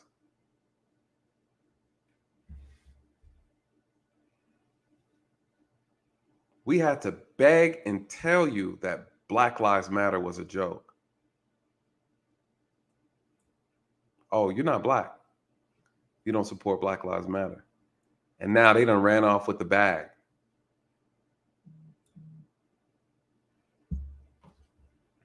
We don't listen, man. We don't listen. And we think that just because someone disagrees with us means that we're selling out. Some of y'all still calling people Uncle Toms. Well, you're a Sambo. Everybody called me Uncle Tom. I know they don't read books. Dre Blanco, shout out to you, bro, with the $50 super chat. What's Dre talking about? Don't let me bring Dre up tonight. It's game over. I'll end the stream. Dre says the poor people in this country are oppressed. The system is built to keep the poor poor and the rich rich. Black folks have the revenue to change the face of this country, but we would rather spend our money on eyelashes and Jordans. Someone make it make sense. You guys, our financial priorities are wrong. We have all the money. We have all the dollars, but we don't have any sense. I say it all the time.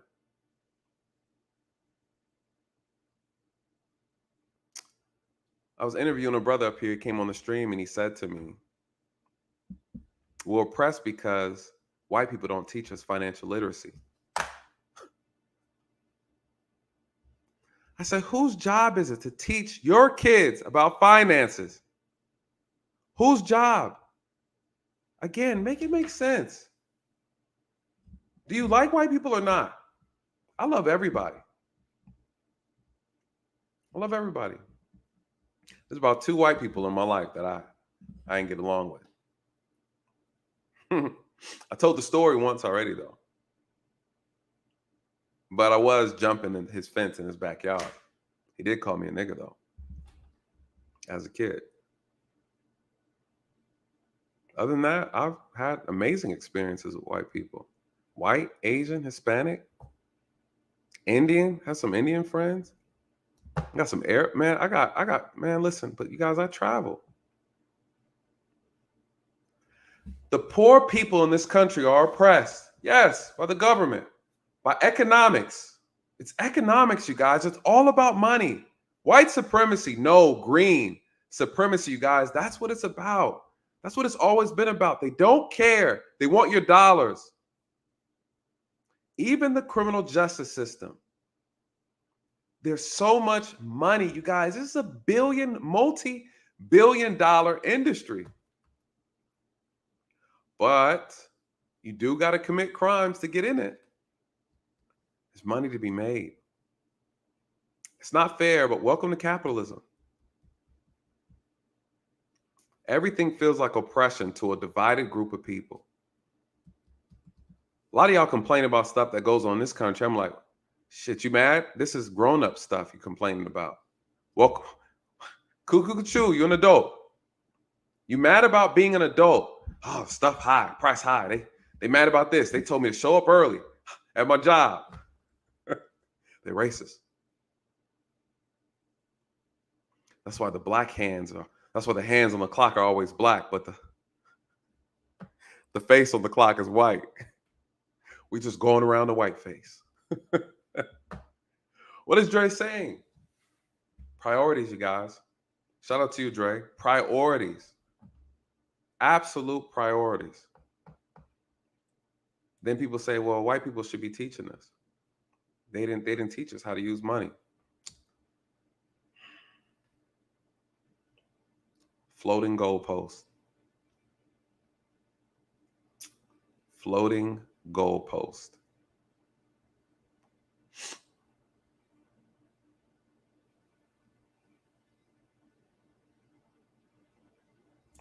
Man, say she ain't lying. I agree with it. Mechee says, I think we should stop going after those industries and learn to make money off of other communities like they do us. Yeah. But what are we creating that people are going to buy from us? We got to compete. We got to start competing, you know, more competing, less complaining, more supporting. Absolutely. I mean, that's the only way business is supposed to run. Every group is competing respectfully, right? There are Asian businesses that I like to patron. I like what they offer, right? What are we creating? What are we creating, designing? We are buying everybody else's stuff. We're buying everybody. We're not creating a lot of essential businesses. You know, that matters. When you create these businesses, shout out to Millennial Mark. He has a business. What is it? He teaches and hires Black people. He can give people a job. When you have your own, you can employ your own, you guys. That's how it works. So you don't want to do that part, and then you integrate in someone else's system, and then you complain about it. Mechee, if I show up at your house right now and walk in the door, first, don't shoot me. But if I walk in there and start trying to make rules, you're going to be like, hey, bro, this ain't your house. But if you're going to be in here, this is what you're going to do because I'm in charge. You guys, welcome to America.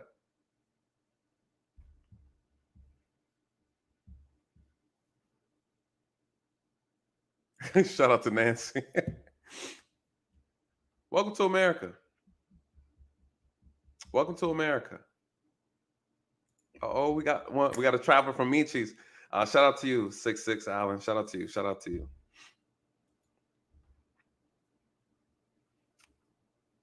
Johnny coming back. Johnny coming back to back with the back to back. Shout out to you, Johnny. What does he say with the amazing super chat, $50 super chat again? Thank you so much, brother. He says, if we recreated Black Wall Street tomorrow, our biggest threat will be all those who look like us coming from the ends of the earth just to burn it down. You know, the only way this thing works, and I'm sorry, guys, I know we got to dive into the dive into the other piece, but I promise you it's not going to be too crazy, but this is important for us to talk about. The only way this works is that, you guys, Black people will have to leave a lot of the white institutions that we are dependent on, and then turn around and depend on Black people to create their own and then patron those businesses. That's the only way it'll work, because if not, we're going to always find an excuse. We're going to always look at something and deem it to be racist every single time. That person in the store that checks you or looks at you too long, oh, they follow me around. They think I'm going to steal something. We'll never be satisfied.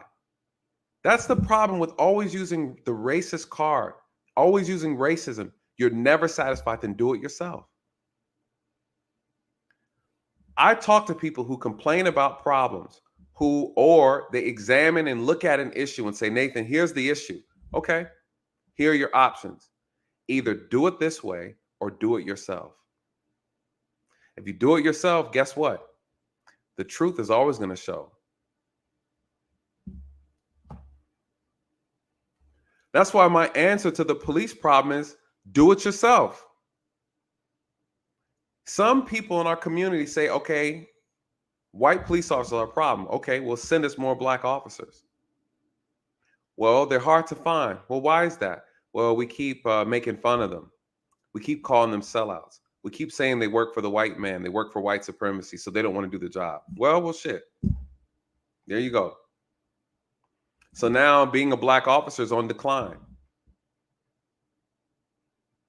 I've heard people say, I can't work in our community because, we're violent. We're too violent with each other. I'd rather work in another community where they're not doing those things. You guys, these are real conversations.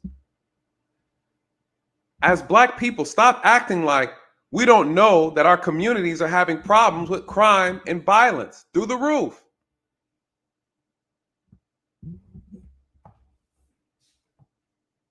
Stop pretending that it's the police's fault. You got to sign up. So, are you going to support? Are you going to do the work? Are you going to sign up? Are you going to put your feet in? Are you going to get dirty? So, Johnny makes a good point.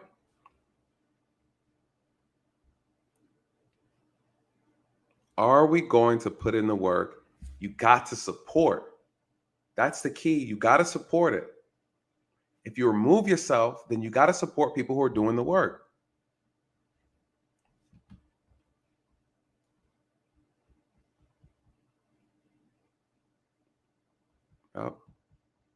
Got to support people who are doing the work.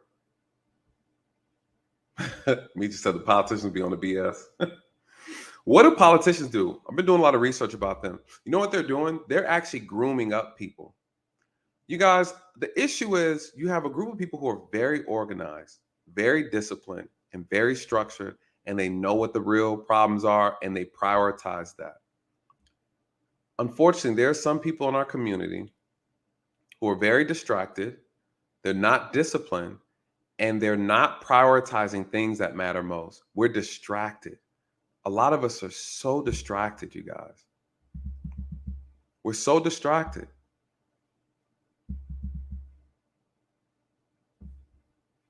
We got senators twerking, talking about vote for me. We're distracted. That's a big part of it. When you have one group, you have other groups, different ethnic groups, they're raising up their children to be warriors and competitors in society. We can barely keep our families together. You guys, the stream I did yesterday, a 14-year-old water boy, all these kids are out all times of the day, on school days, school nights, they're out, you guys, assaulting police officers. A 14-year-old punched a police officer in the face. Come on. If we can't get our homes in order, then we want to step out here and fix the world. It doesn't work like that. There's no structure. No structure.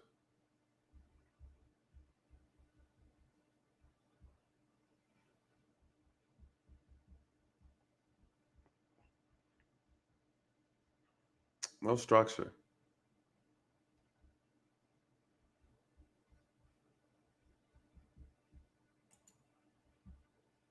Alex, shout out to you, Alex. He said, not true. Just recently, a white woman got pulled over and literally showed her white card to the cop. How many black cards you think black people be showing to black cops and black cops give them a pass?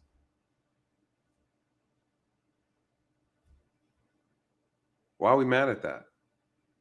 You know, we gotta focus on what we got going on. Too much comparisons, you know.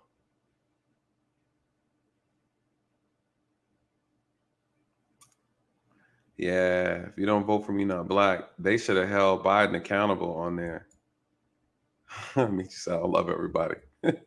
Shout out to you, Lane. Shout out to you. Thank you so much, love, for this super chat. Thank you so much, Lane. I'm so excited. You know, we have some new members to the channel. So it's so dope to have you guys a part of it, just to see value in what, you know, what's being done over here. It really, really means a lot. And every time I get a new member, it puts a smile on my face. So I am super excited, you guys.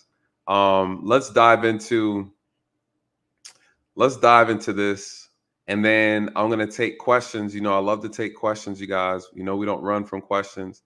I had a little somebody in the last stream was providing some information, and they said they wanted to come up. So I hope he's watching, because I sent them the link early.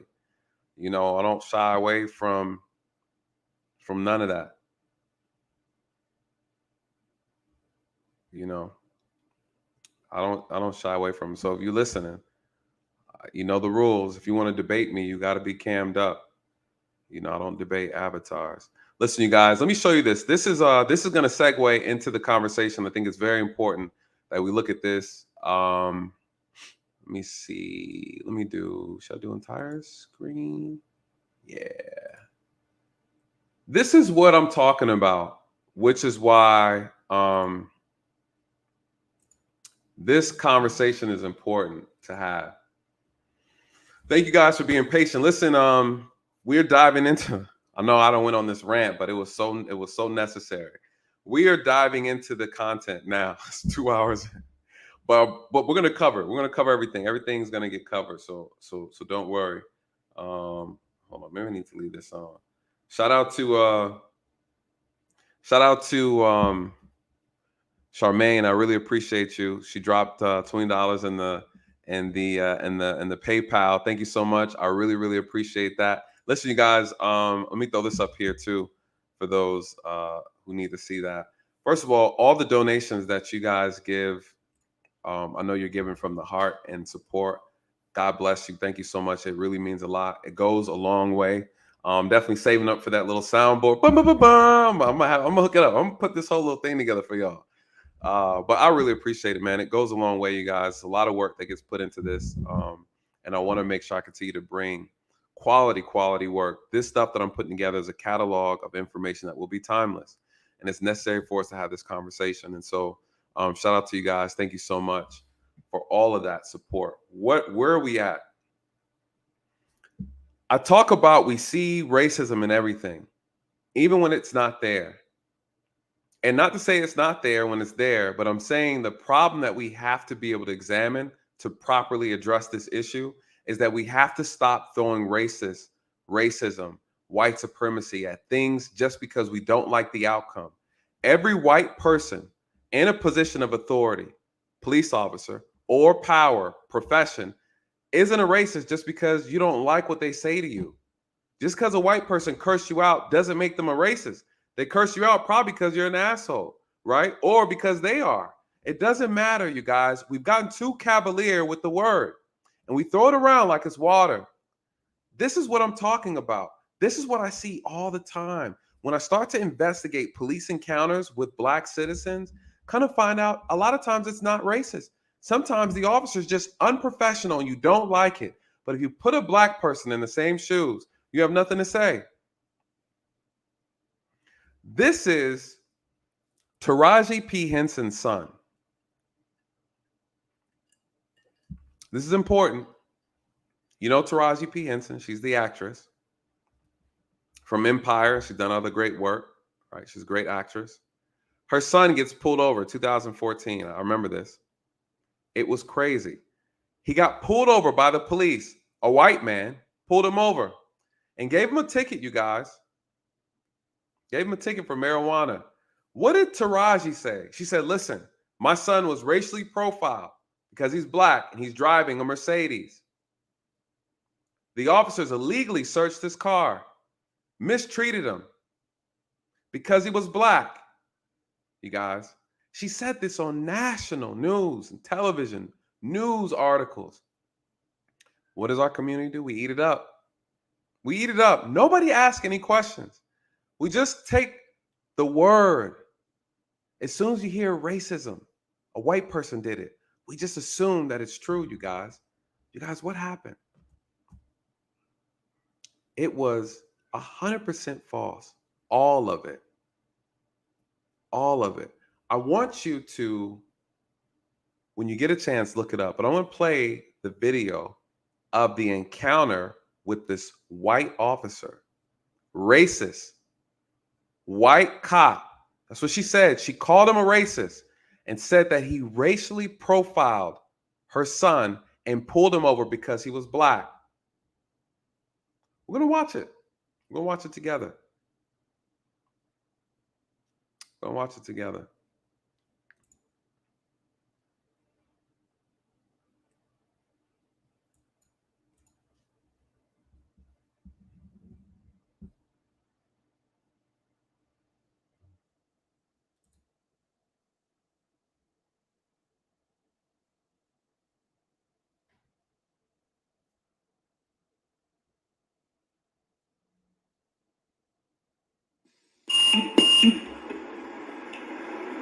Hundred 45 traffic, Brandon, Doran. What's going on, man? Do you know when I pulled you over? You remember that crosswalk? I was flashing yellow and the person was walking by and you didn't yield, you just went right through.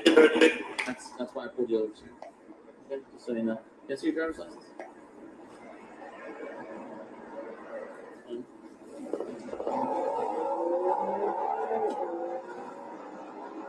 So you've never been arrested before, sir?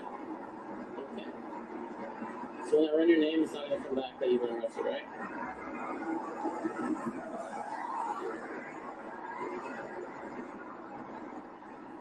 I want you to be completely honest, man. Is there anything legal in the car you know about now?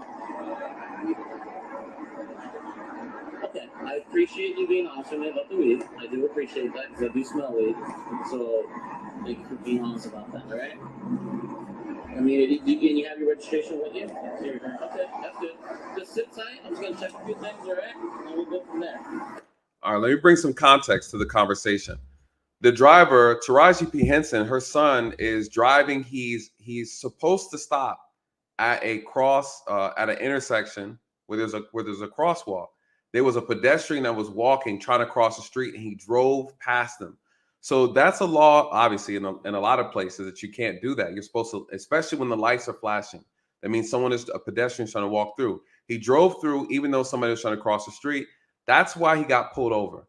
When he got pulled over, the officer is speaking to him, and he could smell marijuana. You guys, that is justification to pull someone out and to search the vehicle. So her son had marijuana in the car, right? He also had prescription pills that did not have the labels on them, which is also against the law. You can't do that in a lot of places. So here's what ended up happening. Well, I'll play it so you guys can see, but you see his demeanor, the reason for why he pulled him over, and he's talking to him calm, respectfully, the whole 9 yards.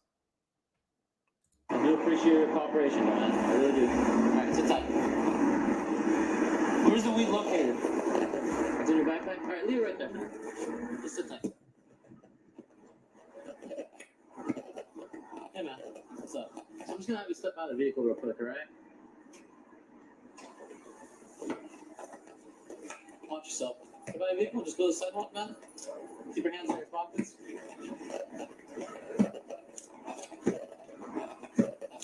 Hey, what's up, man? Hey, so I'm going to give you a citation for the marijuana. Listen, I'm not going to give you a citation for running that yellow because that'll actually put a moving violation on your driver's license. Then you're going to have to do traffic school and all that stuff. What does the officer say? Hey, listen, black man, I'm only going to give you a ticket for the marijuana. I'm not going to give you a ticket for violating this traffic law. Why? Because it'll put a moving violation on your license. You'll lose points. He's cutting him a break. He's cutting him a break. What else does he say? So I'm helping you out by not giving you a violation on that. All I'm going to do is take the weed from you. You can go to court and show your prescription and stuff, and you can handle it that way, okay? I don't know what will happen if you do that way, okay? But I felt like this was a little better than the other one. I'm giving you this too because you smoked weed about 2 hours ago, and my partner was about, we were trying to see if you were under the influence while driving. Don't do that, okay?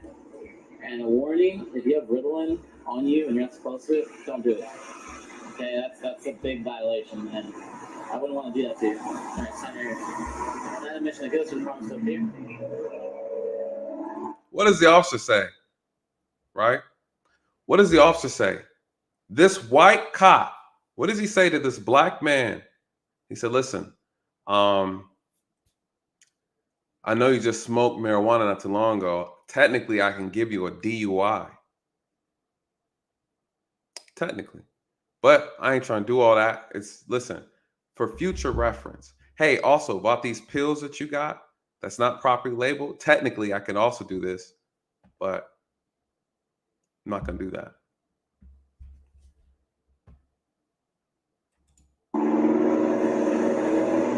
No, you can pay this off if you don't want to go to court. Right? It's like running a stop sign, man. Except you don't get the moving violation, which is why it's good. Because you don't have to go traffic court, traffic school. So it actually helps you out just a little bit.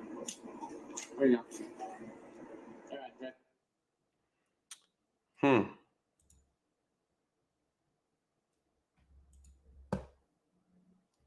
What did Taraji P. Henson say, you guys? What did she say? This is important for us to cover real quick because, again, this happens all too often in our community. We get so hypersensitive about everything. Taraji P. Henson, what did she say? She says, Taraji P. Henson is apologizing to cops for racial profiling allegations she made after her son was stopped by the police in Glendale, California. According to E! News, Henson says she may have overreacted after video surfaced of the incident involving her 20-year-old son, Marcel. The video shows that police officers actually let Marcel off easy by giving him a ticket for possessing marijuana instead of driving through a crosswalk with blinking lights, a moving violation that would have required him to go to traffic school. This is what she said in her apology on Instagram. I would like to apologize to the officer and the Glendale Police Department, said Henson in an Instagram post on Friday. A mother's job is not easy, and neither is a police officer. Sometimes, as humans, we overreact without gathering all the facts. As a mother in the case, I overreacted, and for that, I apologize. Thank you to that officer for being kind to my son.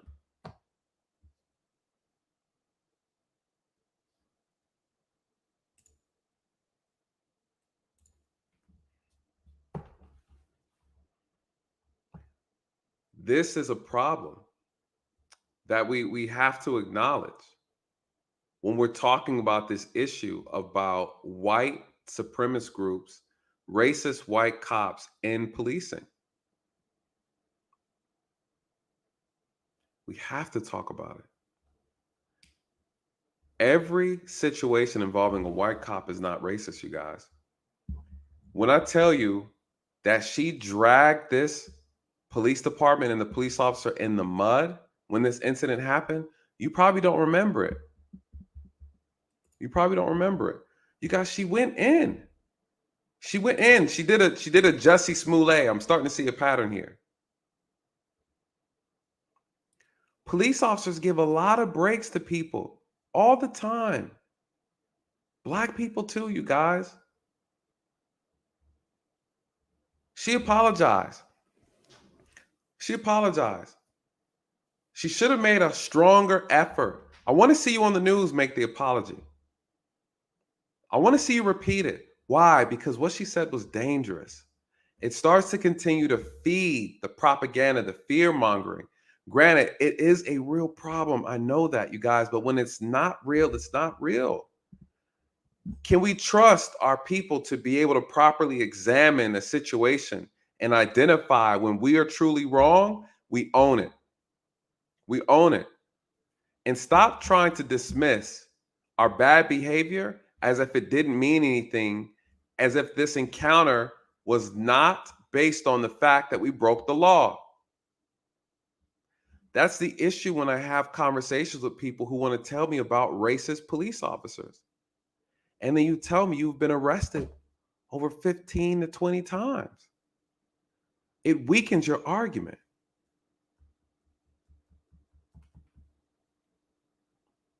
It weakens your argument.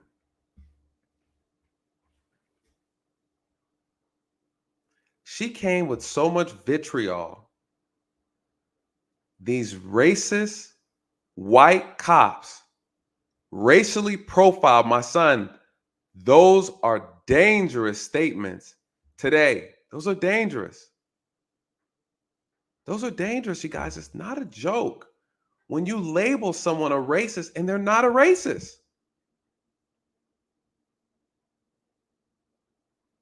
She pulled a juicy on us. She pulled a juicy on us. Jussie Smollett acted it out, put a noose around his neck, and said a white person did it. And guess what? Black people believed him. Black people believed him.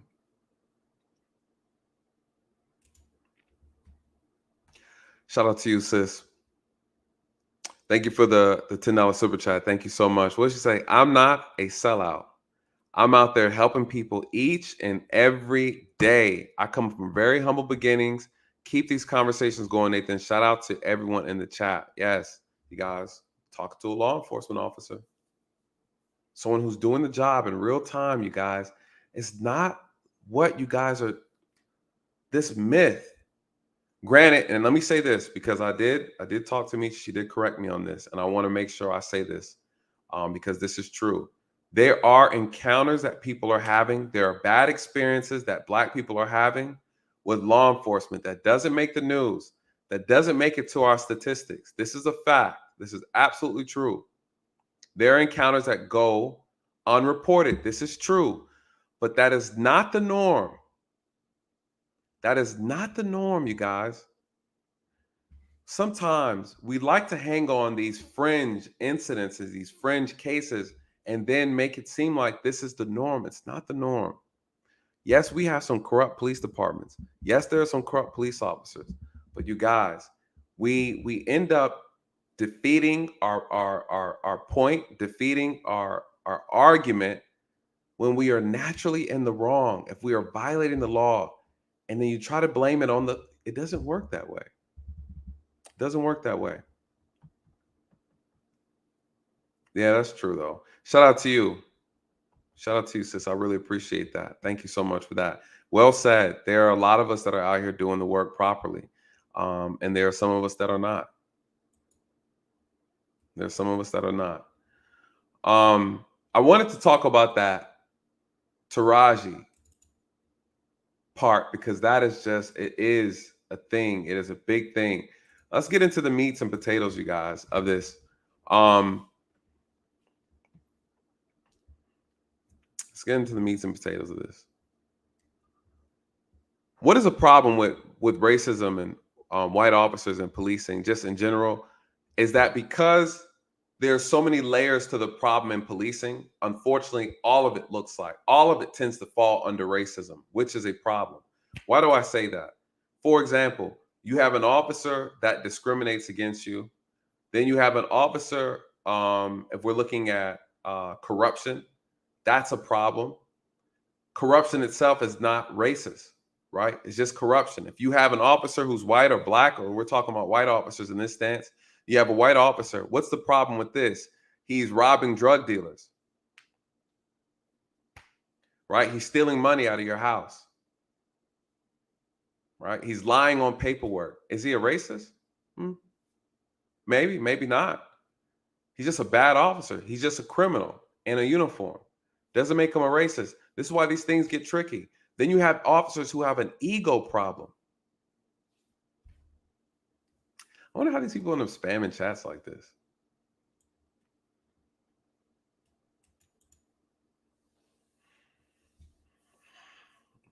People bored and got nothing to do. You have officers that have a bad ego problem, you guys. This can give a misconception when an officer has a bad ego problem and he's white, she's white. It makes them look like a racist. But in actuality, no. They're not racist. They're just an asshole. So we confuse officers who have bad attitudes, who are culturally and racially insensitive. They have no empathy. They're unprofessional. They're disrespectful. They're rude. We lump them all together as being a racist. And that's not true. It's absolutely not true. And there lies the problem. So how do you find the racist amongst those type of officers? Right? No, they exist. Don't get me wrong. They're out there. But they're amongst officers with bad egos, power tripping, right? Disrespectful, corrupt, plain out criminals. They're amongst all of them. The problem to us, though, is we look at them all the same. We look at them all the same.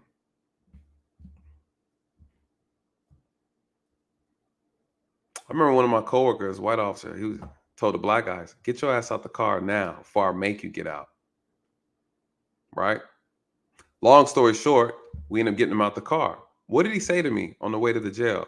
Man, he was racist. So, no, he's not.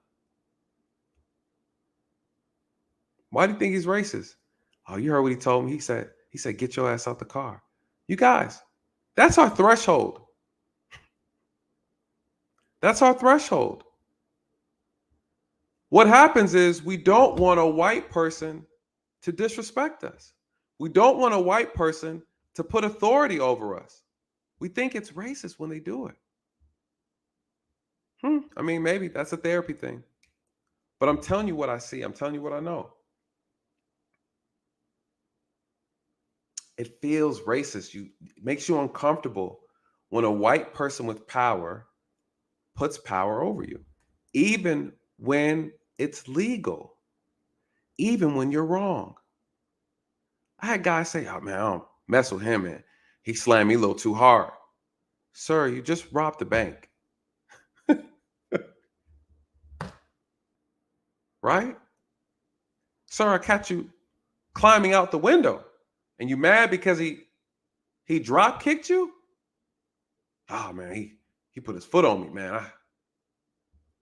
These white cops are racist. Sir, you're wrong. You're not supposed to be in somebody else's house. You're not supposed to rob the bank. And your threshold for racism is because the white man put you in handcuffs. You know, y'all niggas are some slave catchers. What? Yeah. Y'all some slave race soldiers. Call me a race soldier.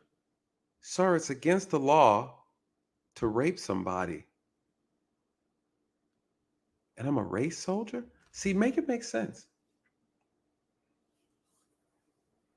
Now, you have officers that are doing way too much. They're a little extra. Borderline harassment and harassment. Facts. Facts. That's a problem, right? That's a problem. And that does need to be addressed. We got to address that too. But if you replace white officers and put black officers who are doing the same thing, what do you call them?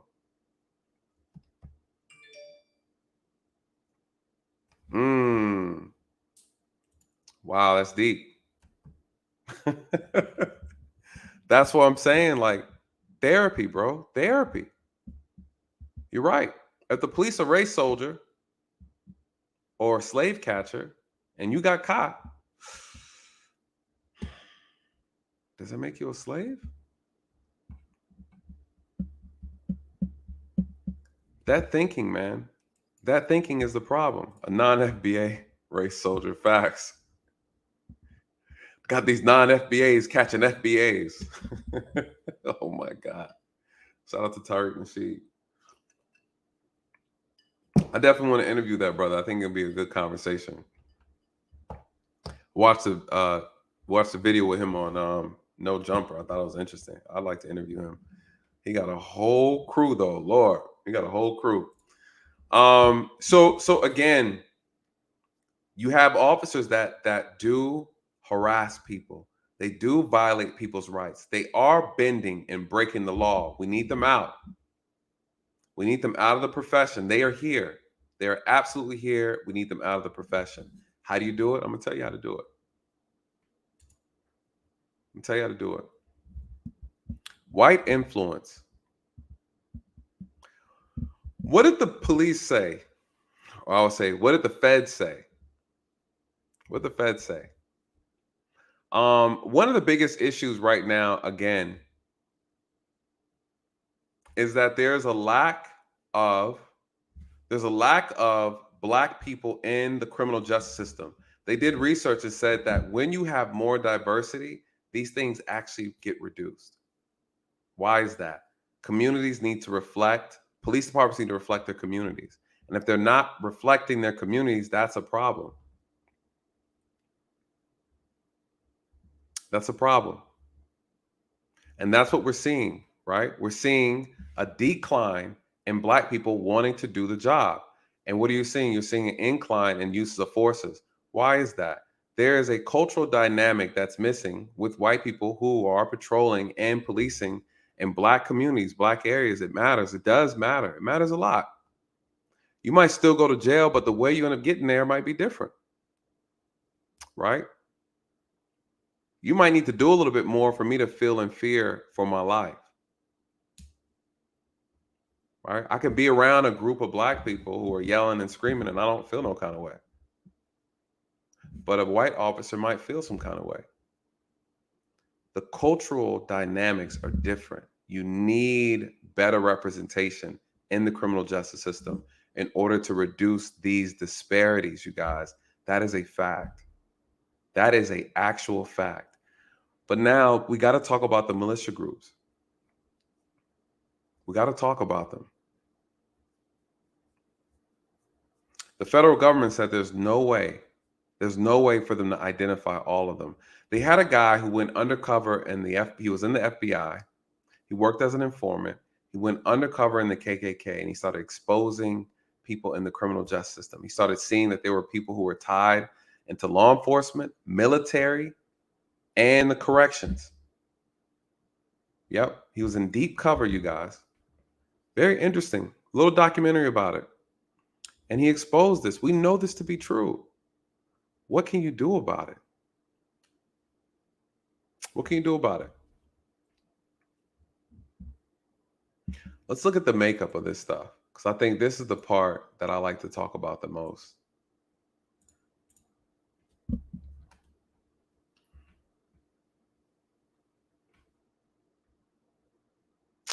The racial gap in jobs. This is something that a lot of people don't talk about. A lot of people never talk about, you guys, but I like talking about it. Why? because it brings so much clarity to the conversation. We are missing in a lot of areas. We're missing in a lot of areas. Here we go. Check this out. Let me share the screen real quick. Chrome tab.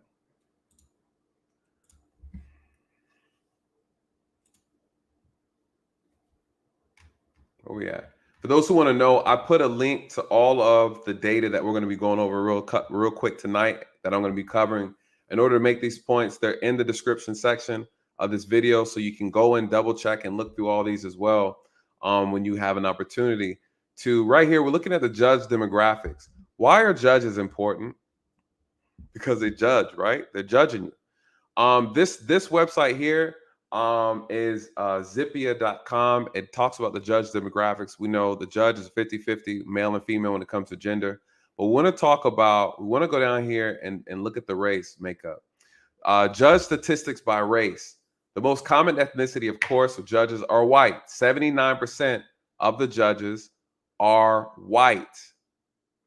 7% are Hispanic, 5% are Asian, 5.5% are Black, right? Here are areas. These are areas where we're missing, you guys.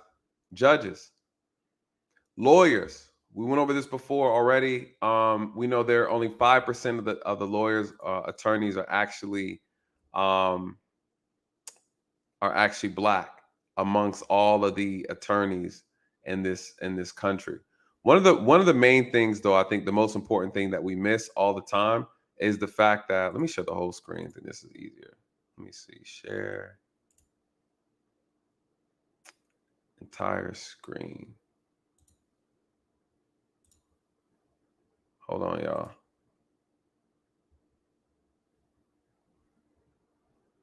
What you got for us, Witness Zoo? What you got for us? This right here, America's losing Black police officers. I think this is the conversation that we need to have because, again, why are we losing Black police officers, you guys? So they're doing research and a study on it. The fact that this is declining, this has become a really, really, really big issue. And this is what I want to cover. New York Police Department has seen 14% drop in Black officers since 2008, from a high of 4,000 to 3,000 this September, right? When this is, let me find out what year this article is. Black employment in Philadelphia Police Department has fallen 19%. This is Philly, you guys, right? Philly. So large Black population in Philadelphia, 19% decline. The number of Black officers in Chicago Police Department has also dropped by 12%. 12%. 12%. You guys, we're not signing up for the job. So when you walk away from this real estate of power, someone else is going to fill it.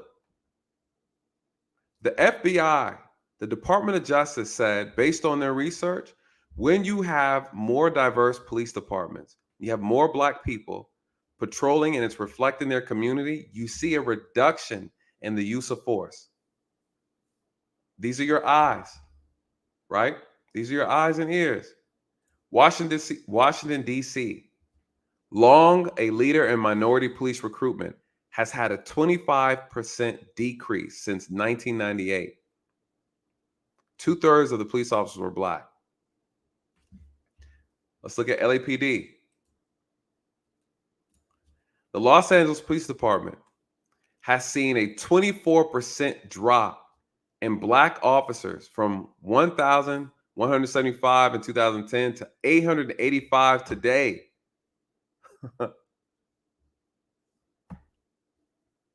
You guys were not present. We're not present. This is a position of power, you guys. There's approximately 18,000 police departments in this country. They are struggling to recruit Black people to do this job. Our community, there are some people in our community that do not like the police. We have a culture that despises police, and I understand why. The historical context, I understand it. But there are people in this country, there are militia groups, white nationalists, racists, white supremacists that are signing up every single day. And we are leaving every single day. Who is there to watch the watchers, you guys? Who? If we're leaving, how can you be a part of the solution if you're not there?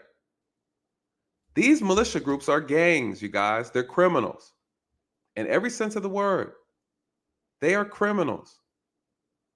And they want to be police. Why? So they can have power. They can have power.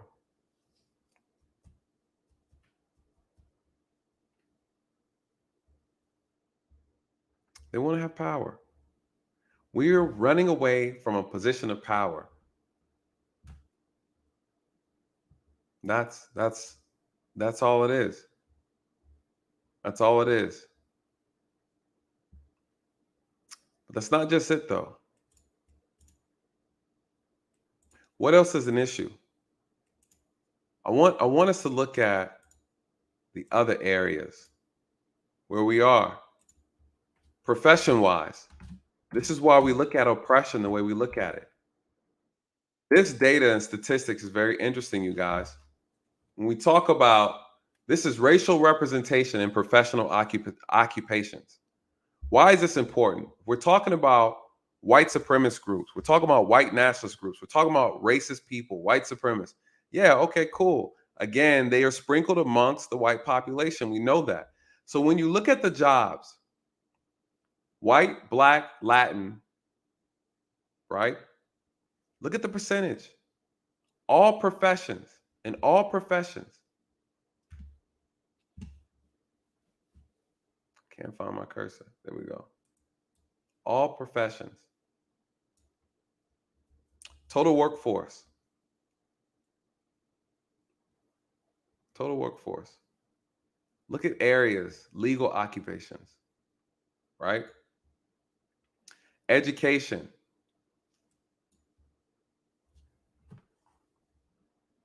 Right? Education. How do you impact education when you're not there? 10%. Look at the health industry, healthcare. 69, 10%.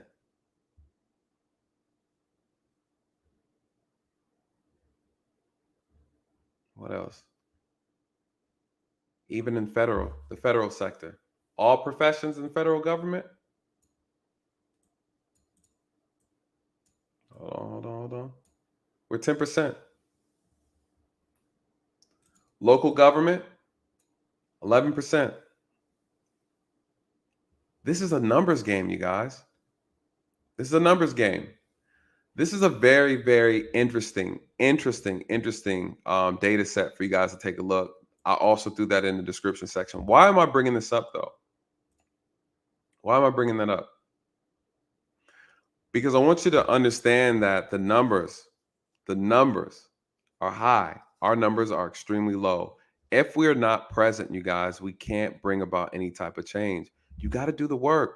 You got to put your foot in there to actually do the work, to bring about real change. That's the only way it's going to work. Majority of these professions were only 10% in. Law enforcement, about 11%. Attorneys, 5%. This is true. That's a good point. That's a good point. But you got to also remember, Azurus makes a good point. We're 13% of the population, so 10% in the workforce, and majority of these professions looks pretty good.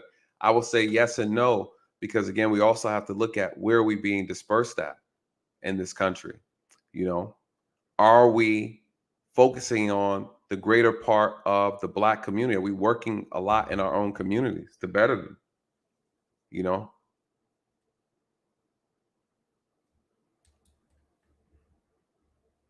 and the areas where they matter most, right? Areas that we talk about where we see the most systemic racism, right? If we're looking at those, if we're looking at that as the measurement, If we're complaining about certain areas or issues, and we believe that racism is a factor, are we actively present? Are we really showing a strong force in that area to bring about change? One of the things that I want to talk about tonight that I think is important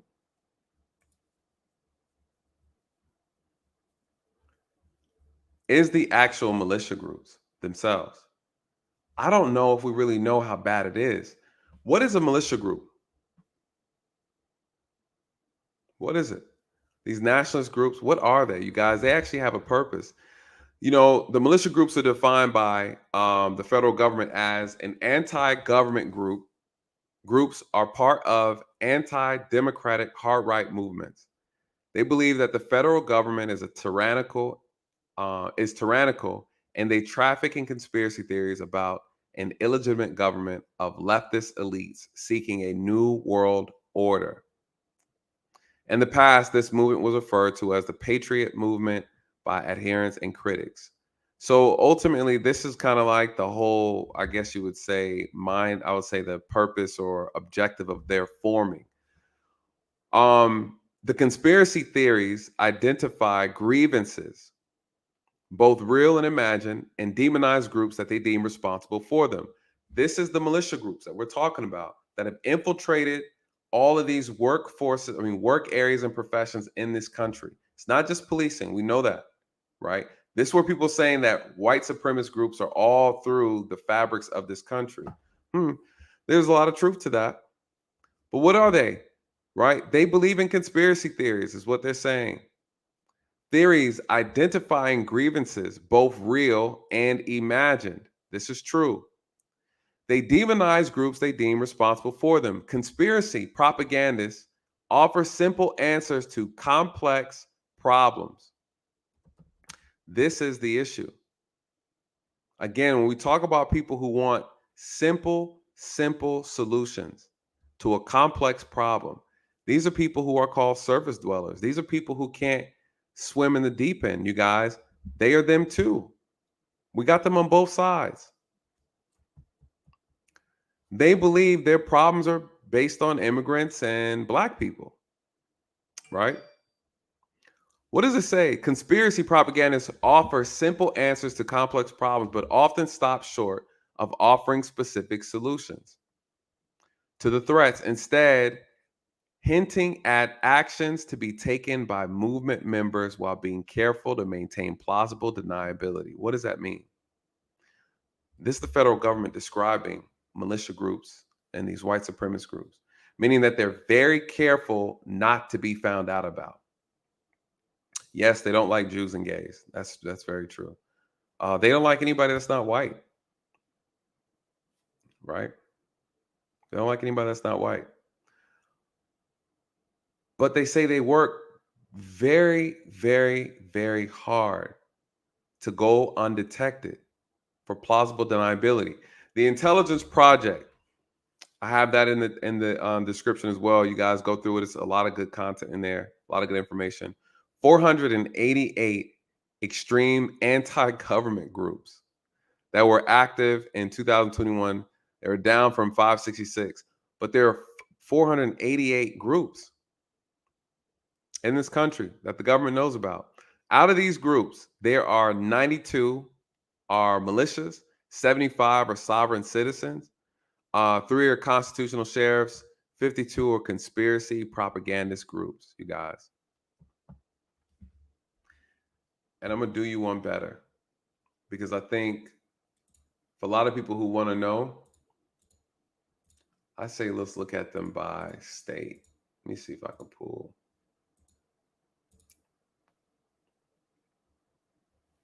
I want to show you this. I think this is good to look at.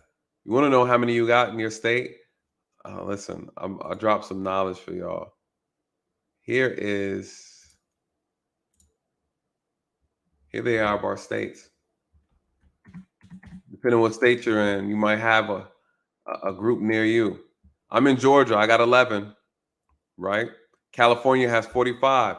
These are anti-government groups. These are white supremacist groups, militia groups, you guys. This is how many they've identified per state. Some of y'all in Texas, 26. Alabama, 11. Georgia, 11. Florida, 24. They're here. They're all over the country. So yes, you guys, they're in policing. They're in the criminal justice system. The question always falls, though, what are you going to do about it? This link is also in the description, you guys. You can click on the state, or you can scroll down, find your state, and find out which groups are actually in your state. Missouri? Oh, shoot. Don't let me guess. Where's Missouri? Is it above? Oh, let me just scroll through and find Missouri. I can't remember what Missouri looks like. Let's see who you have in Missouri. You got Colorado, Connecticut, Florida. Florida got a lot. Where's Missouri at? Indiana, Kansas, Louisiana, Maine, Massachusetts, Michigan.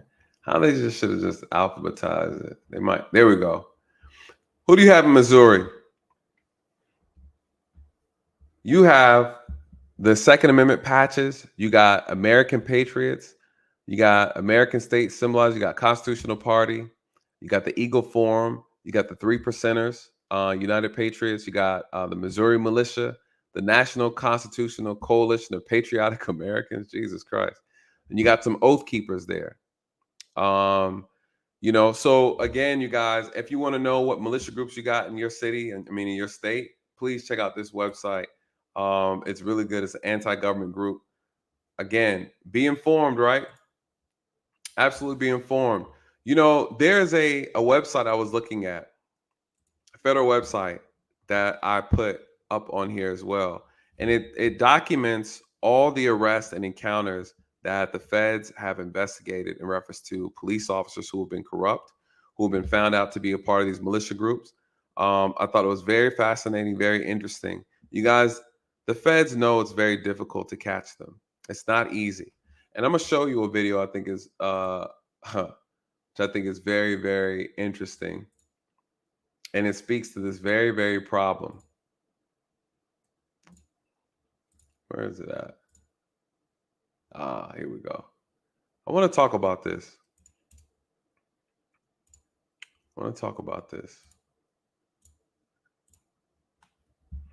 These are cops out of Florida. 2 Florida police officers were found out about. And I want to tell this story because I think it's very important, because this story is interesting because the feds interviewed the 2 police officers, and the officer talked about why he signed up to be part of the KKK and what his role was. He was groomed and he was told to become a police officer. And they're interviewing him and he gives a story, you guys, and I want to share the story with you. But before that, this is how they were found out about. So I want us to look at the actual news clip of these 2 guys. And mind you, there are only 2 officers out of course, we know a lot that are sprinkled throughout this country. But I want to look in this. I want you to I want to get your thoughts on this. Please, not a commercial. With 3 former officers here in Fruitland Park linked to the KKK, the chief tells us he is working to make sure that no officer ever disgraces this department again. An FBI investigation uncovered these career cops were also local Klansmen. All right, now them brothers there, they look like they stay under the hood, right? But here they are, right? Here they are. I mean, they don't. Honestly, let's be real. They don't look like racist cops.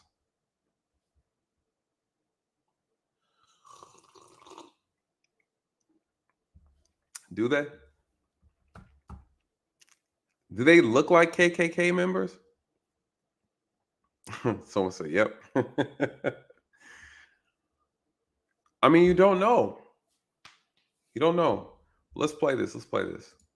I'm very upset. It's despicable. Fruitland Park's police chief said he was blindsided by the report brought to him last week. His right-hand man, Deputy Chief David Borst and Officer George Honeywell, are no longer on the force.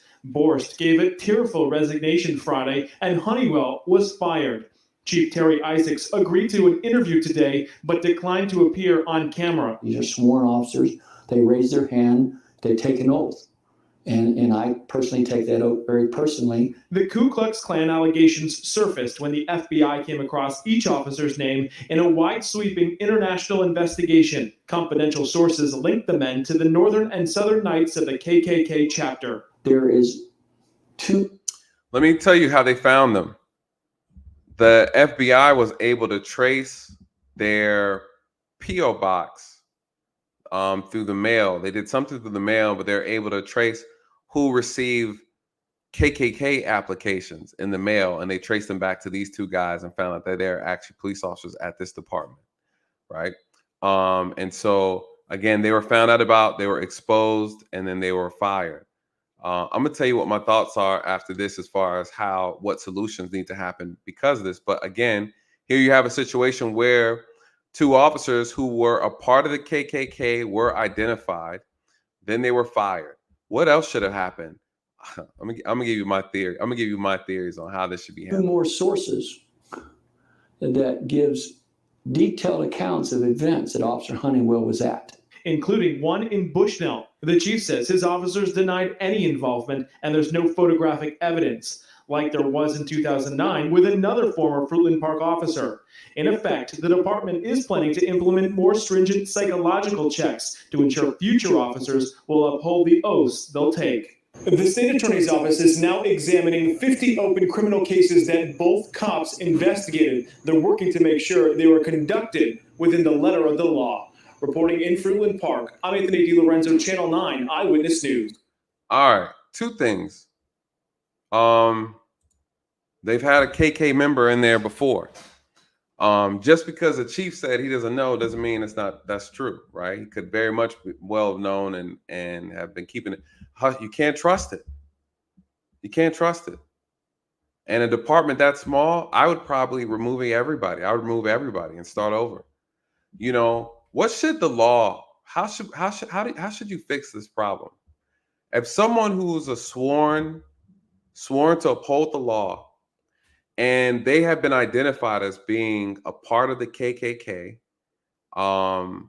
or a white militia group that's been deemed to be a domestic terrorist group by the government, that should be automatic felony sentence. That should be jail, minimum 10 years in prison. 10 years, you guys. Absolutely jail time for that. No excuse. If you're caught and found out about that you're part of these organizations, jail. Jail.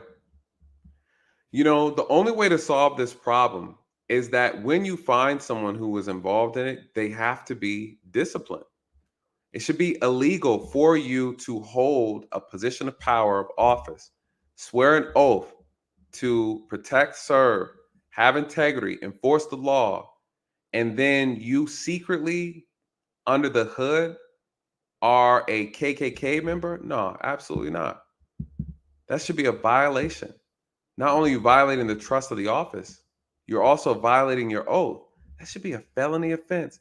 You guys, in every sense of the word, these are gangs. These are gangs in law enforcement. These are gangs in the criminal justice system. That's all they are. They're just a gang that hate Black people, immigrants, gays, and Jews, and swear they're Christians. They're a gang, you guys. That's all it is. The FBI's 2015 Counterterrorism Policy Directive and Policy Guide warns that domestic terrorist investigations focused on militia extremists, white supremacist extremists, and sovereign citizen extremists often have identified active links to law enforcement officers. This is alarming, declaring the 2006 intelligence assessment based on the FBI's investigation. What are they saying? That they're saying that they are in law enforcement. They do have connections to law enforcement. They do have connections to the military, you guys. This is true. What are you going to do about it? They are recruiting people to be in law enforcement. That's exactly what they want. What are you going to do about it?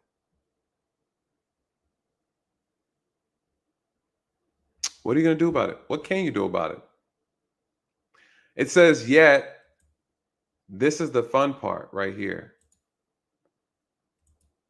Yet, despite the FBI's acknowledgement of the links between law enforcement and these suspect terrorist groups, the Justice Department has no national strategy designed to identify white supremacist police officers or to protect the safety and civil rights of the communities they patrol.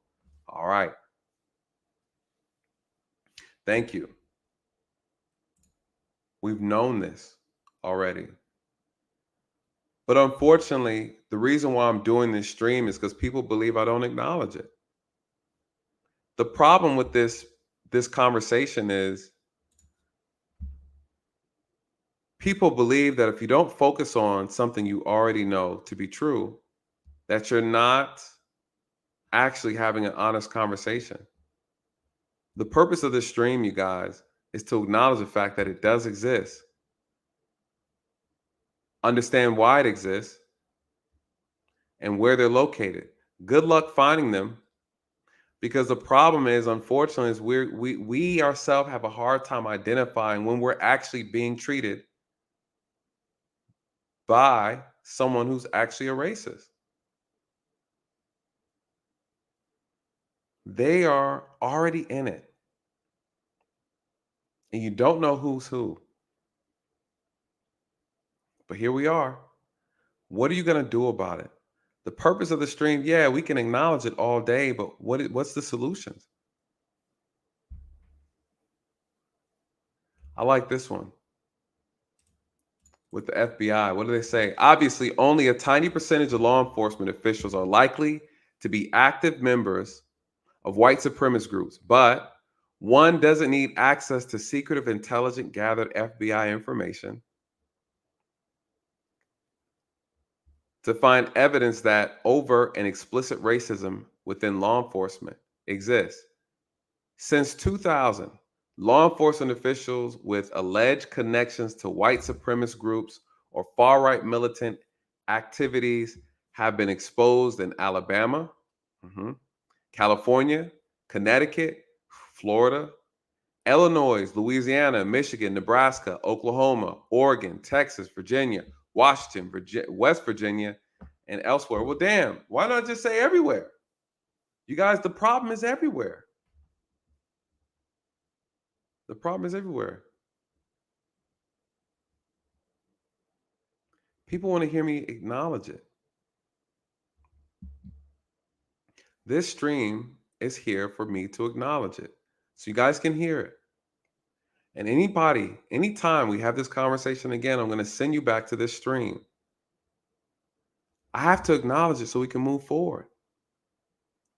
Every time I'm having conversations with somebody who doesn't like the police, they want to bring up the FBI statistics about, or the data or the investigation that white supremacists are in law enforcement.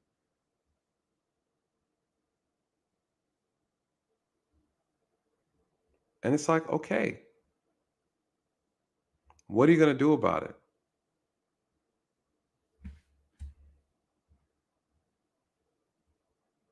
What needs to happen next? I'll tell you what needs to happen next. There needs to be state and federal special investigators. Every state needs to have a special investigative unit funded by the federal government. Funded by the federal government. Why? Because what ends up happening is that, and I will say this, and there needs to be, the people also have to be involved.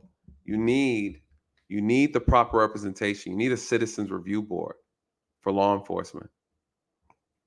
Absolutely, there's no way around it. And they have to have subpoena powers. They absolutely have to have the power to subpoena records, subpoena people. And you need a third-party investigative unit for every police department. Yep. And they need to be governed by the people. What is the biggest problem in this country? What is the biggest problem with policing in general? The lack of transparency. Absolute lack of transparency. When you're able to hide things in the dark,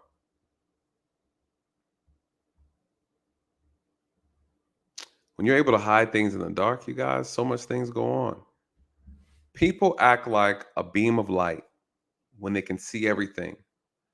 It's we the people, the citizens need to have direct access to the police department. Without transparency, you guys, this problem will never go away. Then you need strict discipline and accountability. There's no way around it.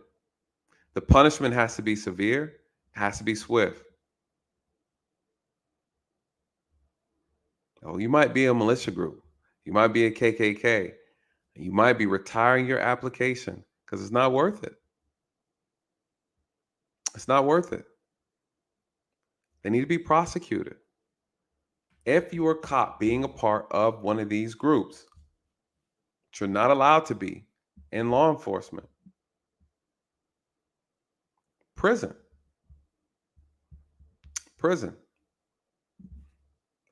You need someone to be able to review claims and allegations. You need someone who can investigate them. You need someone who can be trusted. You need transparency. You need transparency. The citizens are absent in police misconduct. The citizens have no power. They have no influence. You guys, that is the biggest problem with policing today. You have police officers that are disciplining themselves. You have police departments that are investigating their own misconduct. You guys, it doesn't work. Unfortunately, 2022, they can't be trusted. They can't be trusted.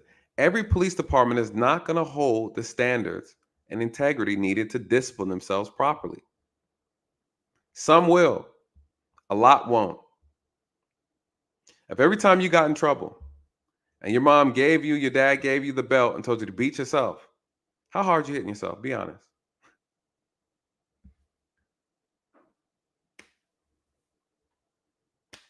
I won't do it again.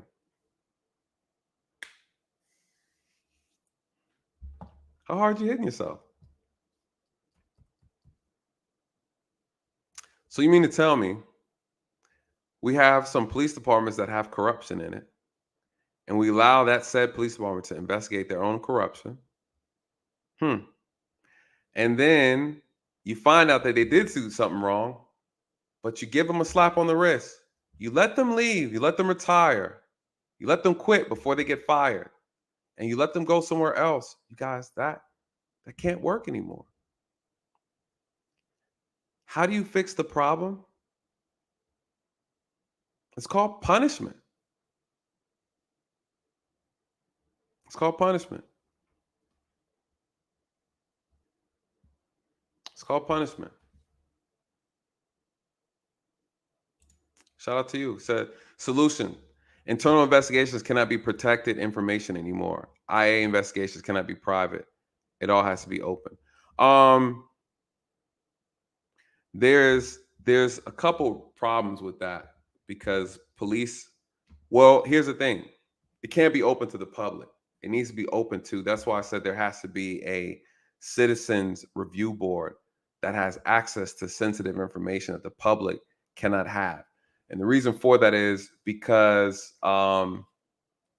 as police officers, internal investigations cannot be used for criminal investigations if you want an officer to participate in said investigation, right? It's called the Garrity Act.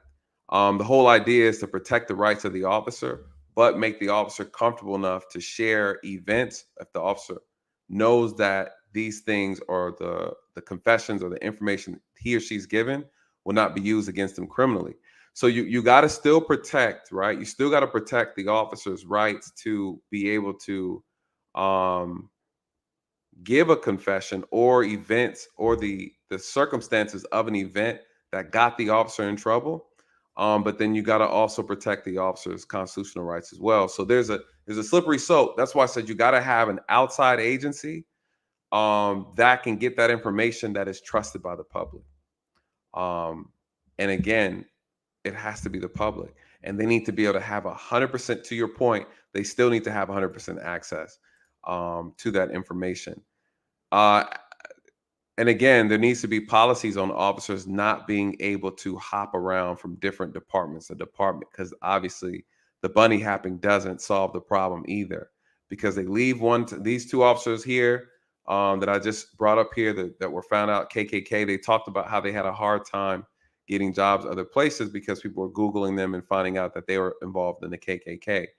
And so even in their interview, they said they never did any harm or any mistreatment, blah, blah, blah. Nah, we don't know. Regardless, you're part of an organization that you know is frowned upon, that you know has racist history, still today has racist rooted history. Why would you want to join that? You could have joined, you could have become a Boy Scout. You could put on some uniform there. You decide to put a hood over your head, right? So it doesn't fly. I will say this.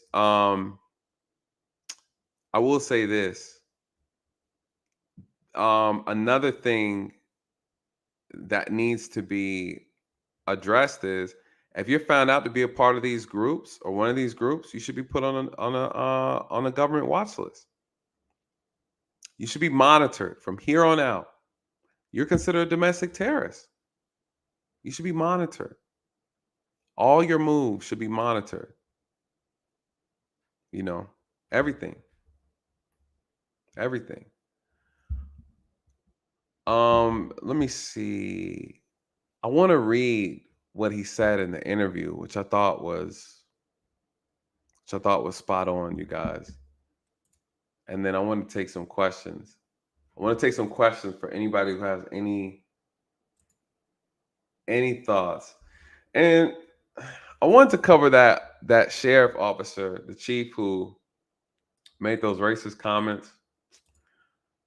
I don't know.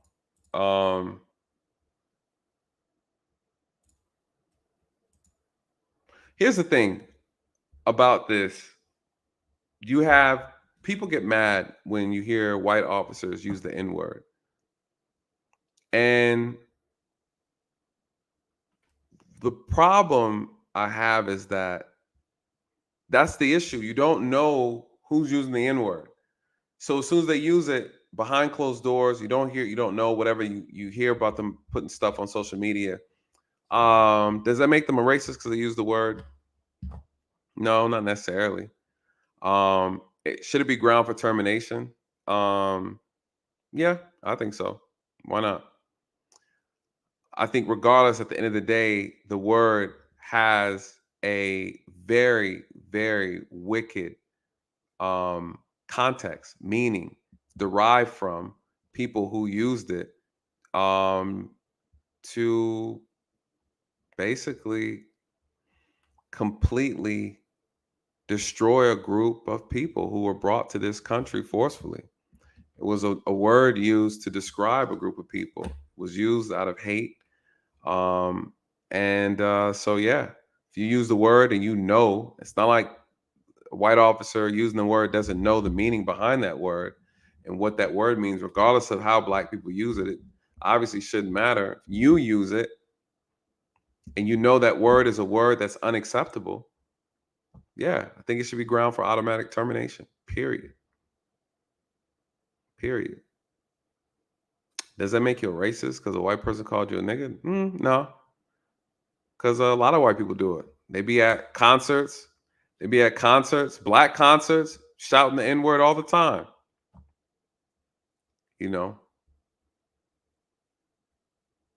Shouting the N-word all the time. So, of course, we pick and choose. But nonetheless, as a professional, as an officer, that word should not be a part of your vocabulary. Like any other racist words or racially insensitive words should not be a part of your vocabulary as an officer. And if you just get caught using it, yeah, I think it should be grounds for automatic termination. Does that make you a racist? No, not necessarily. I don't think so. Martha Stewart said it, and y'all back there watching her stuff, buying her cooking, Snoop Dogg dancing with her. I mean, so again, We got white rappers say it. I mean, it's just, so again, it's such a loose word these days. But we know that there's a historical context behind that word. And unfortunately, society says, white officers, you don't need to be saying it. And, got to respect that. Just like any other type of derogatory statement that you make against a person, especially one that's any type of racist type of comments used to describe somebody else's ethnic group or religion. Nah, gotta go.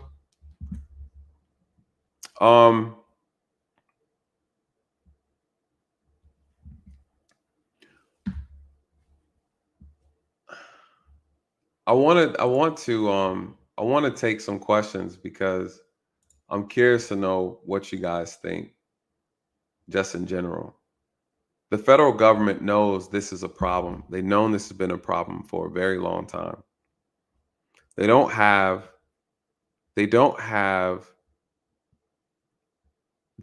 real answer to it. I think these things need to be done on a state level. And I think the people are needed to do it, right? How do you vet the mindset, the heart of a person? You need transparency. You need citizen boards, review boards. You need more diversity in police departments. All these things are so necessary.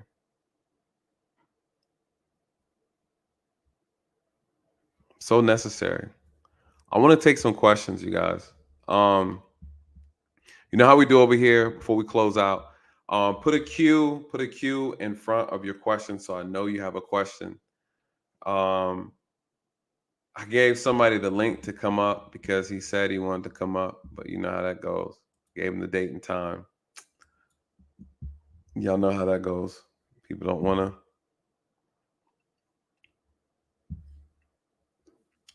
to stand on their BS. I told him keep that same energy too. Yeah, drop the whole link for him.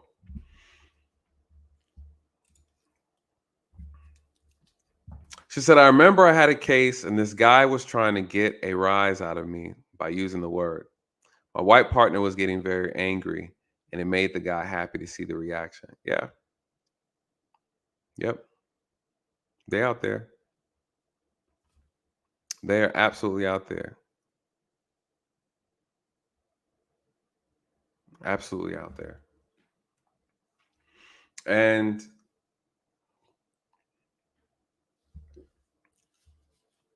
my mom told me that the only power people have is the power that you give them. And when it comes to words,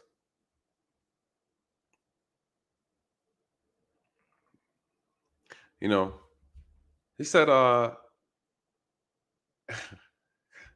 so if I gave you a word called Scooglebot,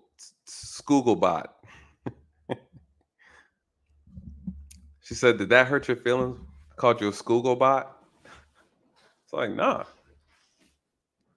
I got in a fight at school, knocked the kid's tooth out because he was calling me names. Never forget. She said, if he called you a Scooglebot, right? Called you a Scooglebot, would that hurt your feelings? I was like, no. It doesn't mean anything. She said, what if it meant that you're ugly in another language? And you just didn't know. And I was like, my mind was blown for a second.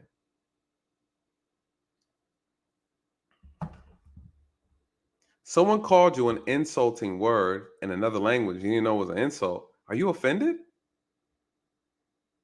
No.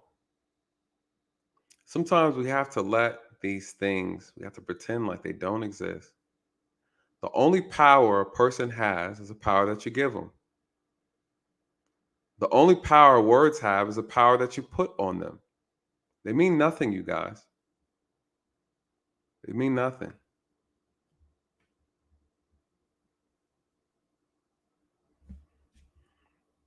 Throw your questions out, you guys. Throw your questions out before we head out. What's this? Sochi says, why do you believe the Brady list doesn't work as intended? And do you believe it could actually be used to protect the citizens? I think is the Brady list. Let me look. Is the Brady list the list used to that they put the white supremacist groups on? Again, I can't recall. Let me look at the Brady list real quick before I answer that. I feel like I've read that before and I just don't remember. Oh, it's for the police officers.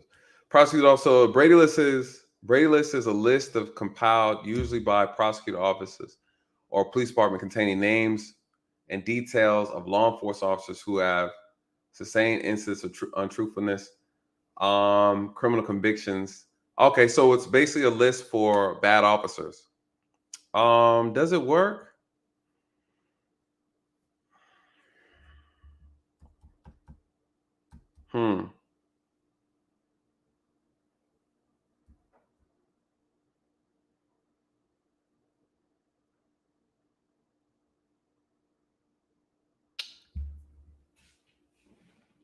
Would it work? The Brady list is only as good as the people who are supposed to enforce it. Right? I think at the end of the day, I think that's what it's going to come down to. I think it's a good idea to have, but how good is it if an officer can turn around and just get a job somewhere else?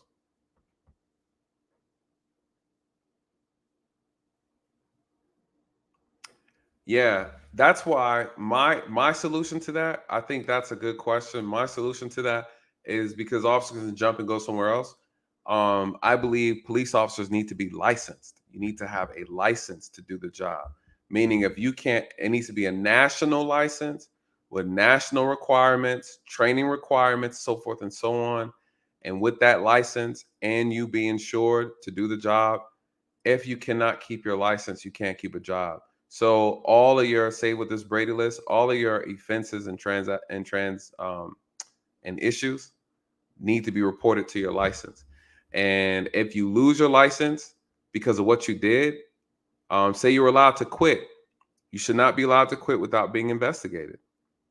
If you quit, then you automatically lose your license. You can't get it back. So a lot of officers, they quit pending termination, but they've never been terminated. So you do that because you want to keep your pension, cool, but you lose your license. So then you can't go back to work anyways. So I like that. You know, if you want to stand to the fire and defend your license, cool. Then you can defend your license and keep your job. But if you want to quit and take your payout, then you quit, take your payout, but you can never be a cop again. I like that because you got to find a way to counteract the problem is there's too many loopholes in policing and officers know the loopholes. This is a good question. Do you think change will happen? Can it happen? Can it? Do you think change will happen? Change will happen when people want to create change. The problem is Black Lives Matter, to be honest, you guys, they were a amazing organization as far as how they incorporated themselves, how they galvanized people. They had companies and corporations in submission. If Black Lives Matter really was what Black Lives Matter was supposed to be about, they could have changed the entire game. They could have changed the entire game overnight. They had cities in submission. They had them in a full Nelson. You guys, if they weren't corrupt, they could have changed everything. Absolutely. You guys, this is an easy problem to fix. It's an easy problem to fix. And those officers who don't want to be changed, they'll quit. Those officers that don't want to be exposed, they'll quit. Or they will actually comply. These officers will stop resisting. Shout out to Mechee. They won't resist. Why? The money will be too good. The money will be too good. Do you hate the color of my skin more than you love this money? Can it? Do you think a change will happen? Change will only happen when people who want the change will make it happen. That's the only time. I can tell you everything that needs to happen. There's a political piece that needs to take place. For those who want the police better, we can do it. If you don't want the police at all, we can do it. I got a solution for everything. It will work. I promise you it'll work. You have to force the people who are in position of power to do what you want them to do. But the only way to do that is you need the collective group to do it.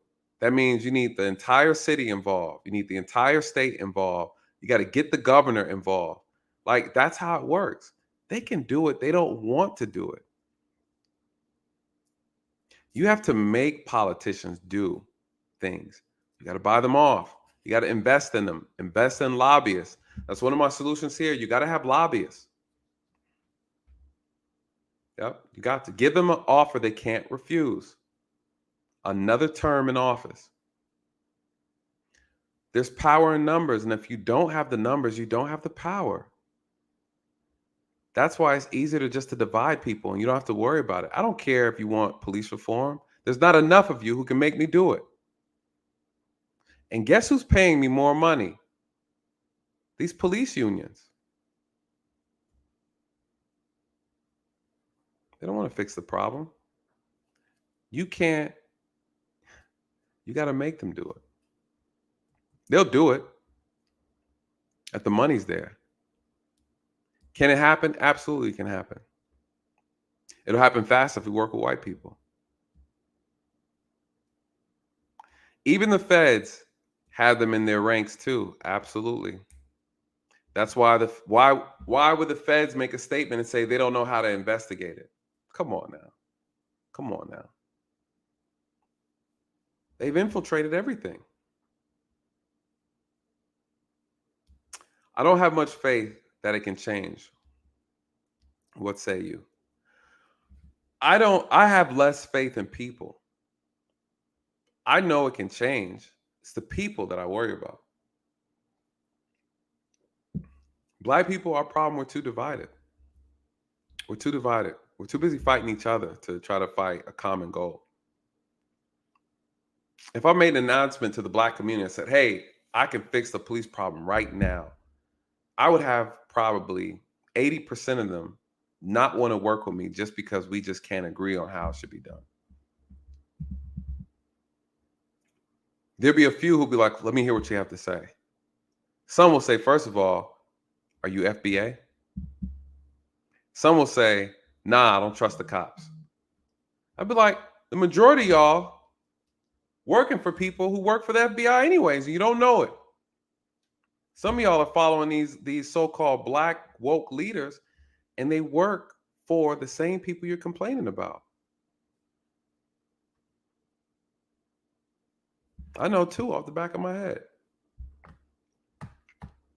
And I look at it and I just laugh, you guys. I have people who tell me things, who work. You guys, I'm still connected. I'm still connected, you guys. And the people I'm connected to, they don't like the problems either. They want things to change too, but they can't talk about it. But I see Black people getting manipulated by people who are tickling their ears and massaging their feelings. And they want to be a part of that because they don't want to be a part of anybody telling them that they need to do something different. We got to be careful of those who are encouraging us to complain and not compete. If you're following someone that's not telling you to get your hands dirty, you're following the wrong person. All of a sudden, your leader get captured. All of a sudden, your leader get captured. Man, come on. Come on, man. We just soak up anything someone tells us. I'm like, hey, you guys, I was working on the inside. I know what's really wrong. Let me tell you how to fix it. Get out of here, pig. We don't trust you. Sell out.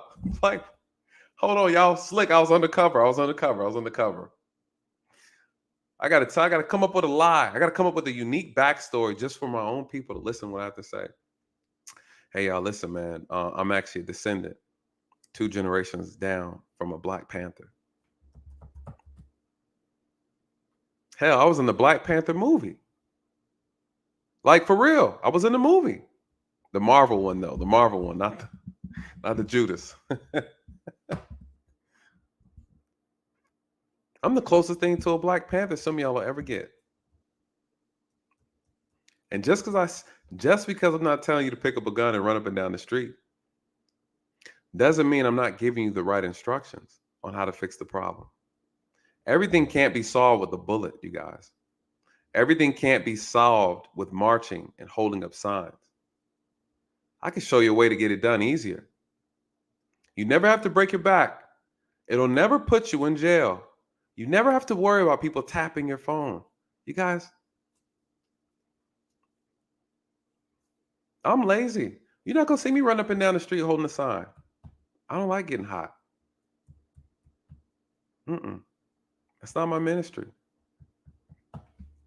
I need to be in the air conditioning. Shout out to Mechee. She's a real one. She's getting out there and she's out there on the front lines. No, not me. I'm monitoring from inside the home.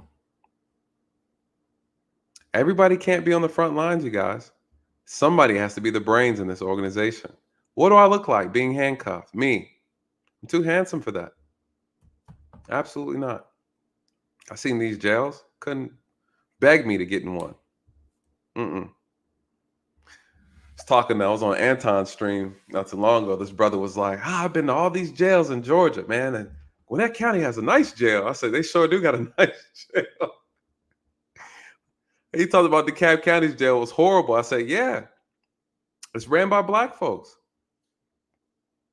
Not putting the money where it's supposed to go. Malitia Mark says, question, do you think that a Black officer would be justified in immediate reaction to the N-word being thrown at him the same way as if it was spit at him? Nope. And, think about the racial slurs and disrespect Black officers get. You guys don't ever hear about unwarranted disrespect we get from our own people. If y'all knew how many lives I saved, men, women, and children, some of you guys wouldn't be able to fix your mouth to be disrespectful. And I wasn't the only one. Now, that's not to say that there wasn't any officers who just were horrible. Yeah. White and Black, though. Is it the system or was it the officer's ego? It's the officer's ego. I got a solution for that too.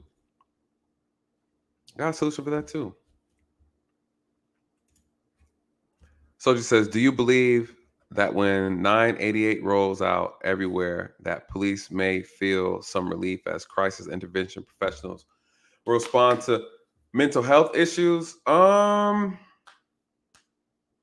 When it comes to mental health, I'm certified in crisis response.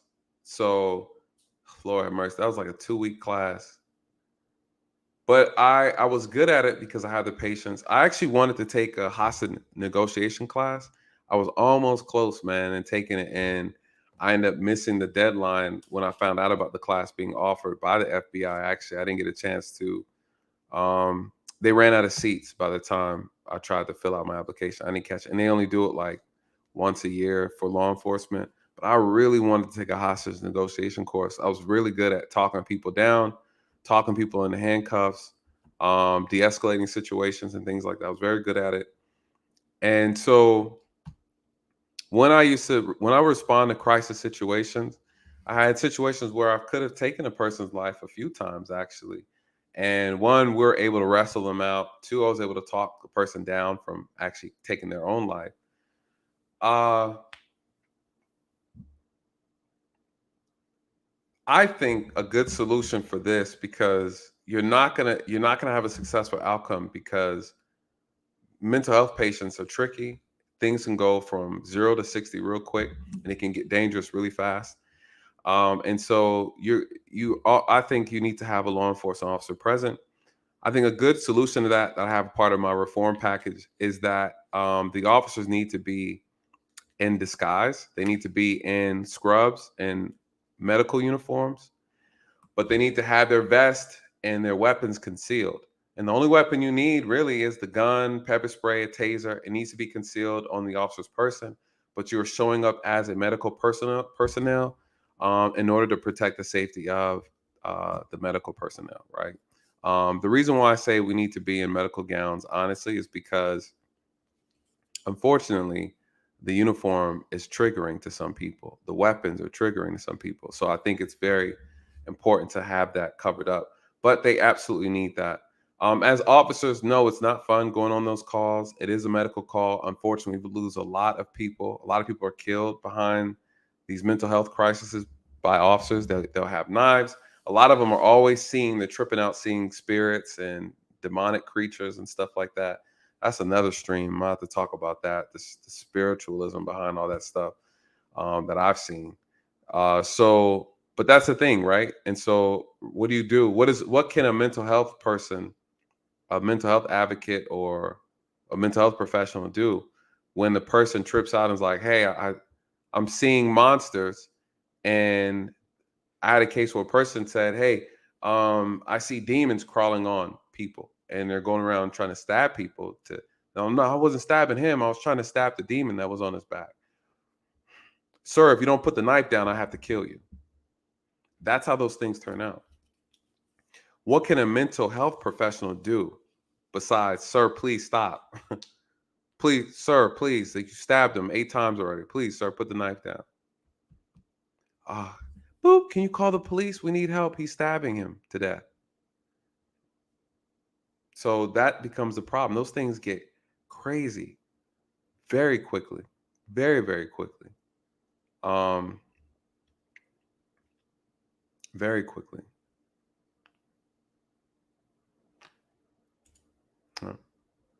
Feeding off of emotions. I know we were talking about that earlier. Any questions, you guys? Any questions? Any questions? Mechee, I know you got a good question for me. Close us out with a good question. Let me challenge me with something good.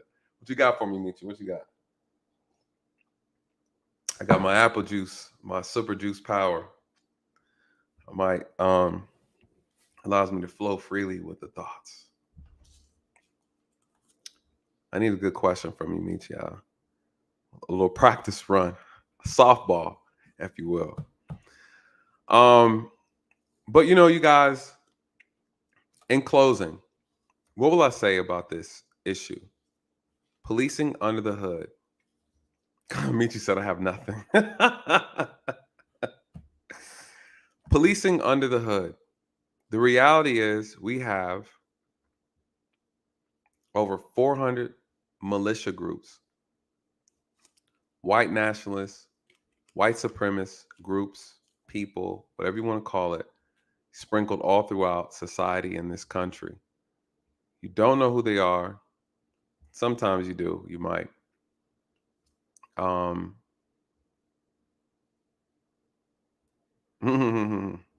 you good.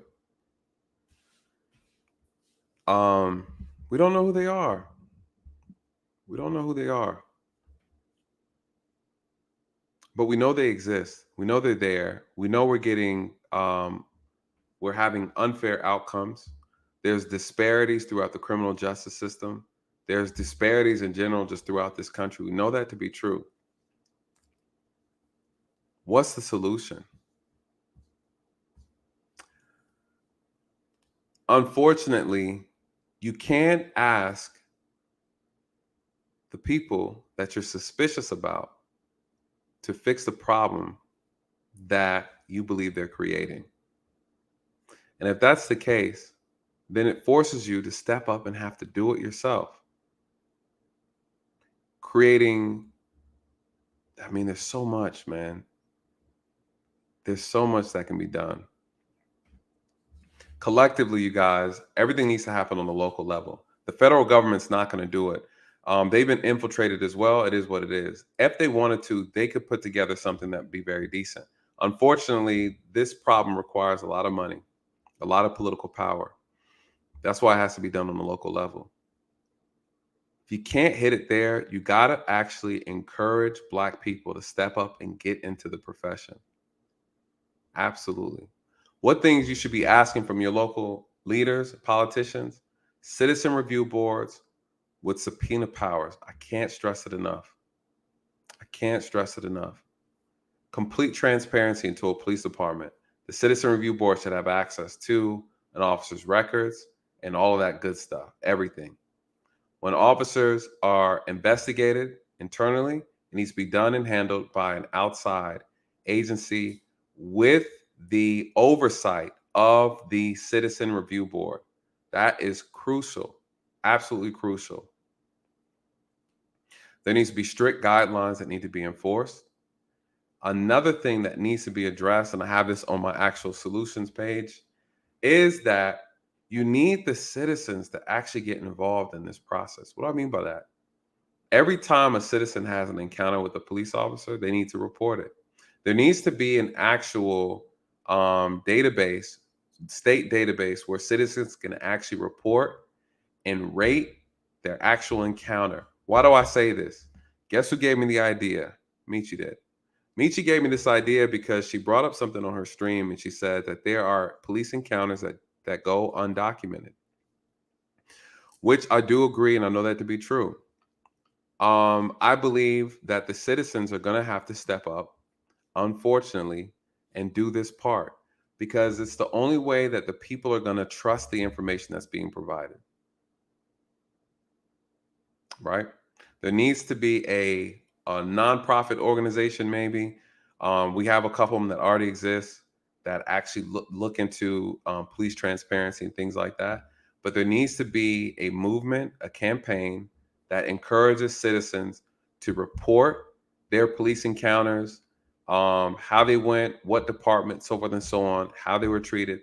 And these things need to be documented and recorded and kept amongst the people, right? You can't address the government and then ask the government to then address it themselves, because you're always going to have a potential for things to be corrupted. It's very unfortunate. Again, one of the biggest issues with this profession is that there's a multitude of problems within law enforcement, and 1 out of the 5 are racist officers. But you can't ignore the others because they're equally just as important. And that is a problem too. That is a problem too. The problem is you got citizens that lie. You got citizens that exaggerate the truth. You got citizens that will think that everything is a racist encounter, which is why I showed that incident with Taraji P. Henson for that very problem. The issue is you have citizens that are not going to be accurate with their assessment. Very true. And there lies the problem. Widow21 says, do you think police officers should start giving countdowns prior to shootings? Absolutely not. Sometimes it works. Sir, stop. Drop the weapon. Sir, put your hands up. The problem with policing is every situation is not the same. Every situation you won't have the opportunity to give a countdown. Every situation is not going to be so simple as that someone is going to give you an opportunity to count. That's a great question. Majority of these shootings, a lot of times, are so sudden, and there are times where officers get it wrong, where they misjudge, right? They thought a person had a weapon. They moved a certain way and they shot the person because of it. We talked about that last night. It's not fair, doesn't make it right, but the law is going to acknowledge it and understand it because officers are making these split-second decisions. So people have to get access. Transparency is the only answer to this. If you can't see the people who are enforcing law on you, then it'll never work. It'll never work.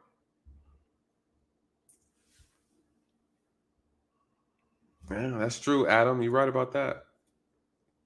You're right about that. The police are not responsible for your safety.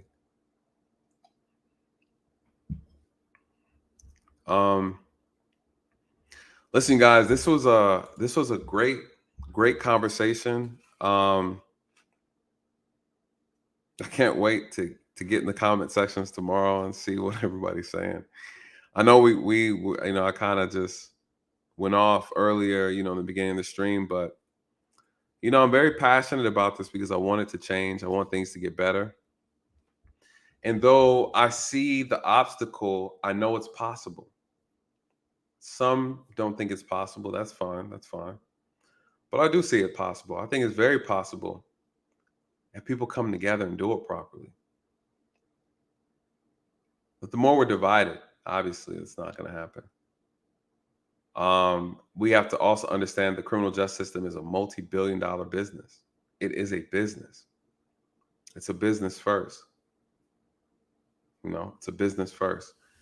And when you understand that, then you understand how to actually address the business. My thing is, y'all can still make your money.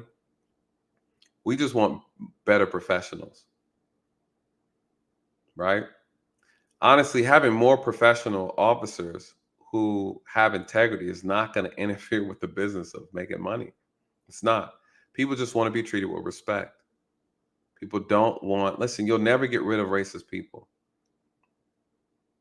Just won't.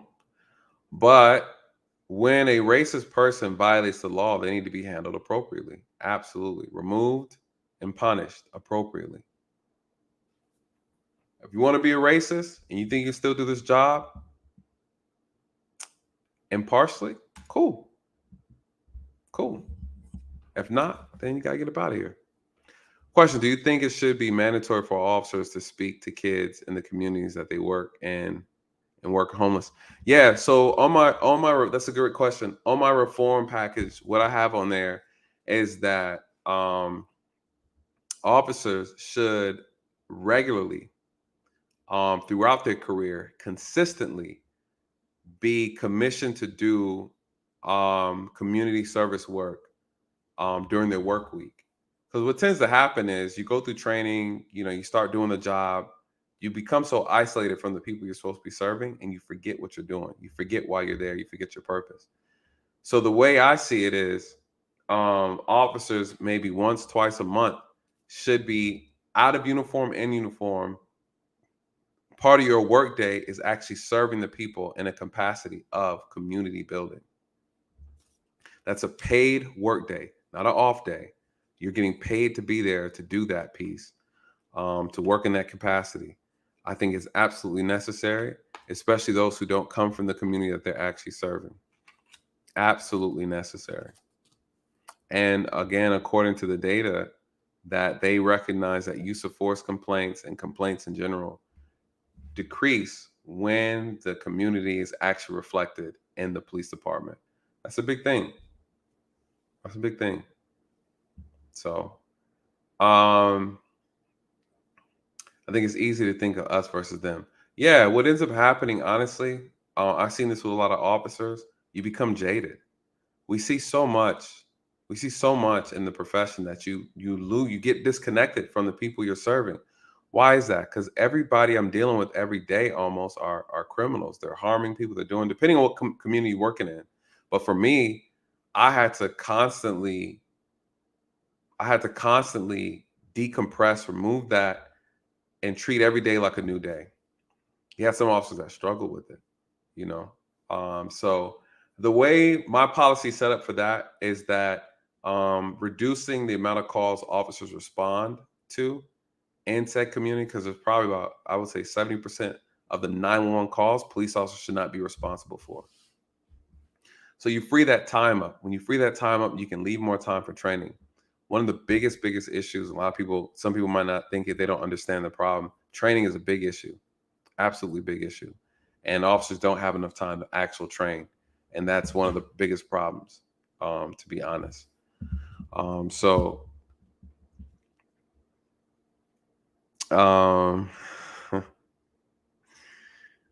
that I think has to be absolutely addressed. So great question. If you're responding to less, you have more time to train. Officers need way more time to train. That's one of the biggest problems right now. Some of these officers are sorry. We just watched a video the other day. yesterday, actually, and the officer was getting his butt handed to him by a 16-year-old boy. Right? Should never happen. Should never happen. Never happen. In situations like that, unfortunately, you have officers that end up leaning on using their gun because they're getting beat up, right? Their pride is bruised. They got the mess kicked out of them, and now they're being choked out by a 16-year-old, and you're a grown man. You have some officers that would have pulled the trigger, and you don't like it. It seems unfair, but the law would have probably allowed it to be justified. You have unarmed black men who've been shot for over less, right? You have unarmed black men who've been shot because they thought he had a cell phone in his hand. You mean to tell me they're not going to make it justified when you're choking an officer out? Oh, you're out of here. That officer give you a soul bond. You're out of here. So, and we need to also educate our people as well on how to properly address officers in situations. If you're going to run from the police, I said it last night, if you're running, your back is turned, it needs to stay turned. Your hands need to go up and you need to stand still and wait for commands. That's it. That's it. I'd be running with my hands out, just like, right? And I give up. I give up, officers. Don't turn around. Don't turn around. That sudden movement is how people are getting shot. Even if they want to shoot you, they know that they can justify with that sudden movement. All right, officer, I get up. Right? That's how it happens. That's how it happens. And they'll justify it. Absolutely be justified. Talk about the 13-year-old from Chicago that got shot. You know, jumping out of a stolen car.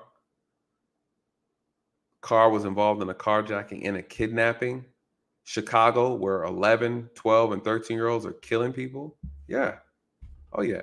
You got to put it all in context when you look at it. Put all in. It sucks, but there are 13-year-old killers in Chicago. Unfortunately. Nah, you're not supposed to. You're not supposed to jump 5 stories. Shout out to that brother. Lord have mercy. Y'all didn't see last night's stream. Bro man from the 5th floor. Oh my God. Man. Question.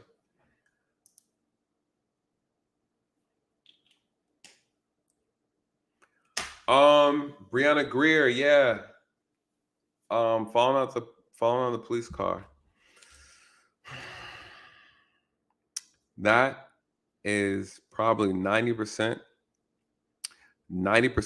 unlikely. 90% unlikely that she fell out of a police car.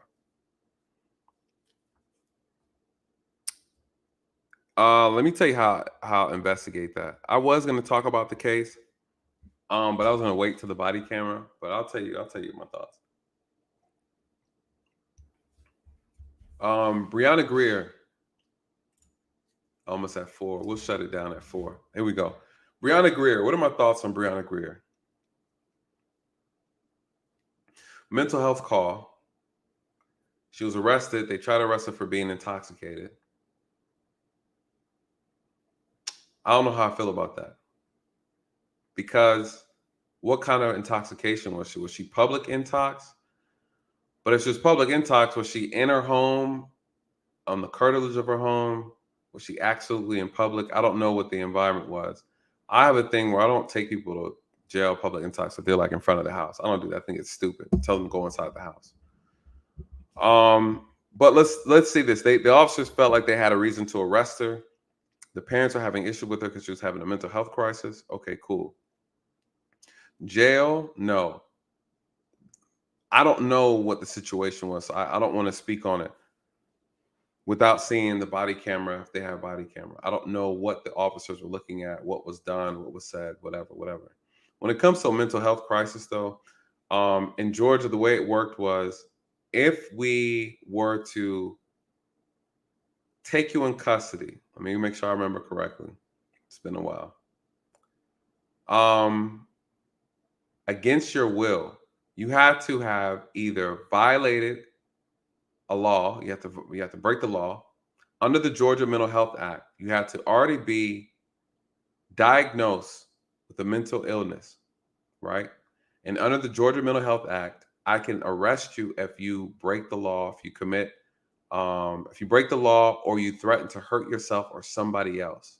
Threaten to hurt yourself, like self-injure, suicide, things like that, and you've been diagnosed to have a mental illness, under the Georgia Mental Health Act, I can actually arrest you and take you to get help without your consent.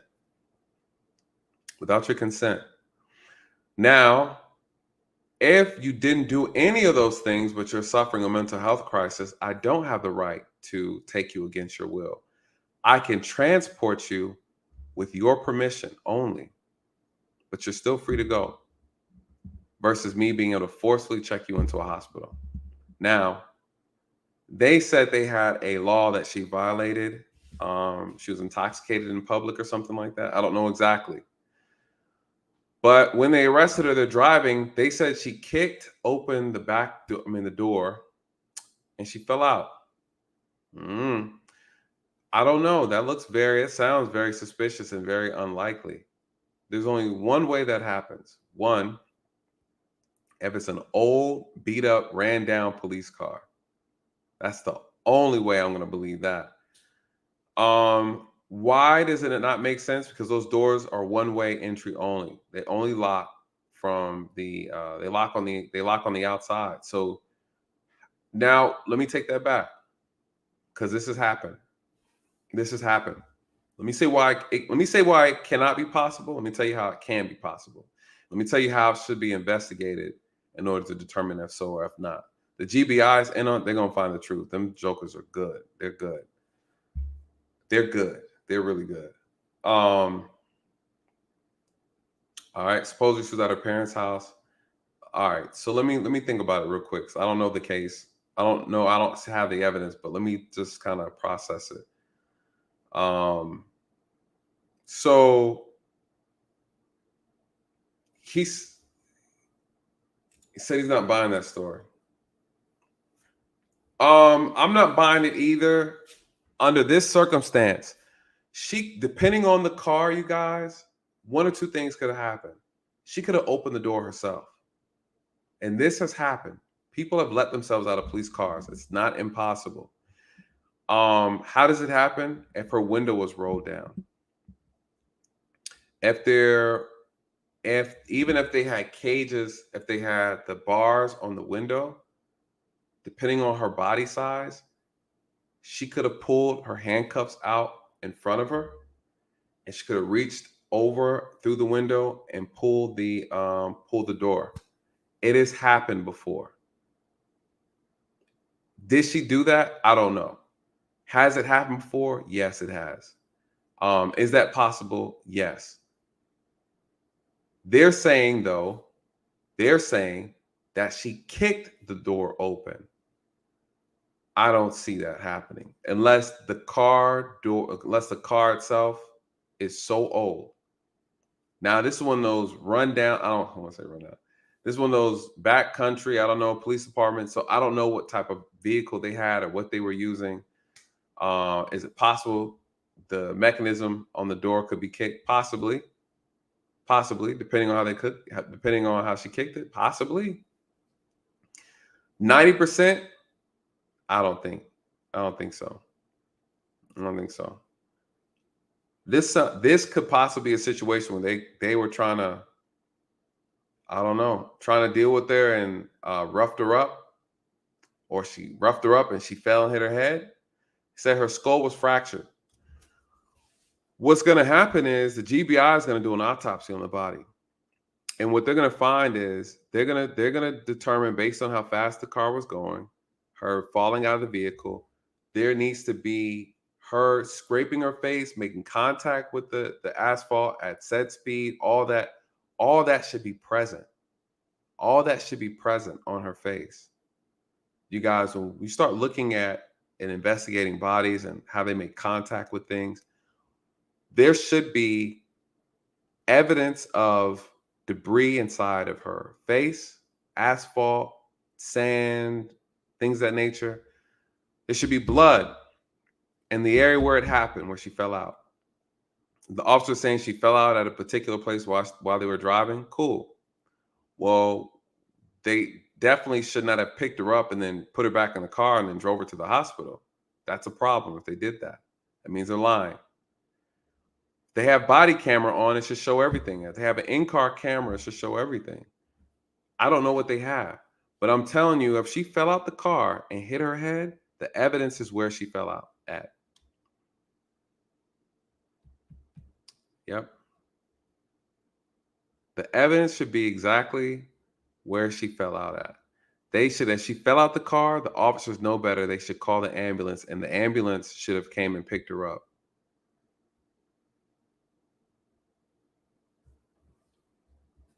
So, what will happen? There needs to be a record account of, okay, she fell out the car. Did you report it? That's another thing. Did it? Boop. Hey, radio, be advised. The suspect just kicked the door open and fell out of my patrol car. Okay, where are you guys located? We're located on I-20 and blah, blah, blah. Okay, stand by. Is she live, breathing? What's the patient's condition? Right now, she looks like she's Charlie. She's bleeding out of the head. She's breathing, but she's not alert, but she's conscious. Okay, can you start the ambulance, please? Everything has to line up. What gets criminals in trouble on murder cases is that a lot of times, the majority of them never intended to murder anybody. And so you don't know how evidence lays out, how it spreads.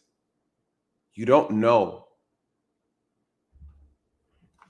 You don't know. And in these officers, if they, Charlie means critical. C for Charlie, critical, and then Delta is dead. But what's the condition? Charlie. What's the condition? Delta. So all this, there should be a trail of evidence that's consistent with the officer's statements. When things start looking funny, then that's when you know there's a cover-up. If someone falls out of my car, my patrol car, for whatever reason, I'm stopping where I'm at, I'm shutting down the road, I'm checking the pulse of the patient. Hey, can you start me ambulance, please? Immediately. Cool. They show up. I don't touch her. She fell out the damn car.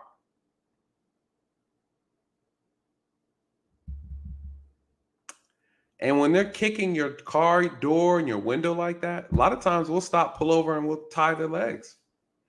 We'll tie their legs, tie them down, put them in a seatbelt. Right? What if she threw her hands in front of her, reached outside the window and pulled the door and then fell out that way?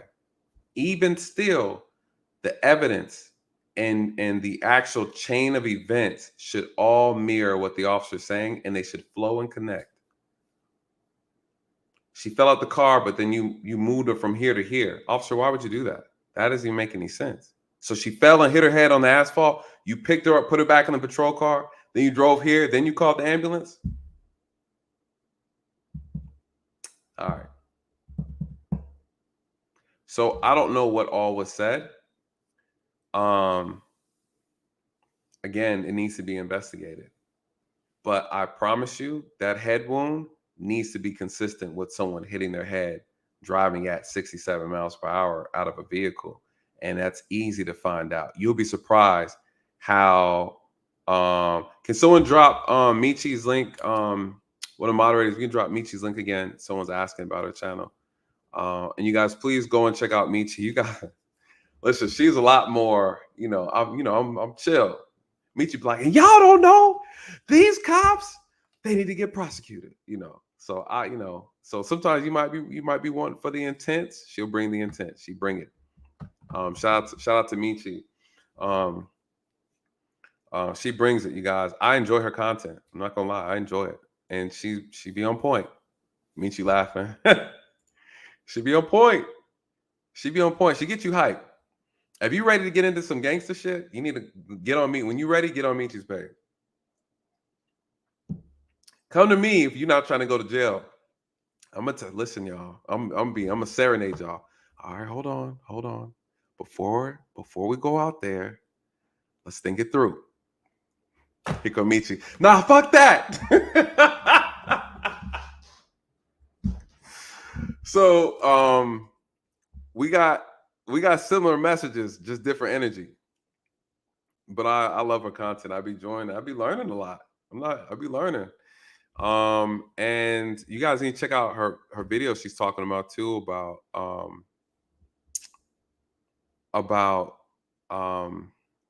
what was that? The damn apple juice.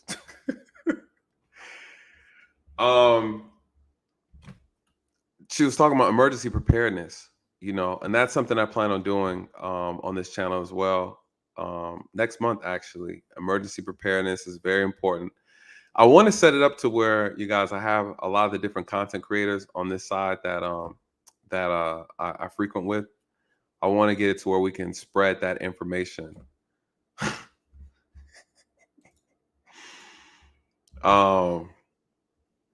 Yeah, man, I'm mixing with a little apple juice. When the cup done, the show done, right?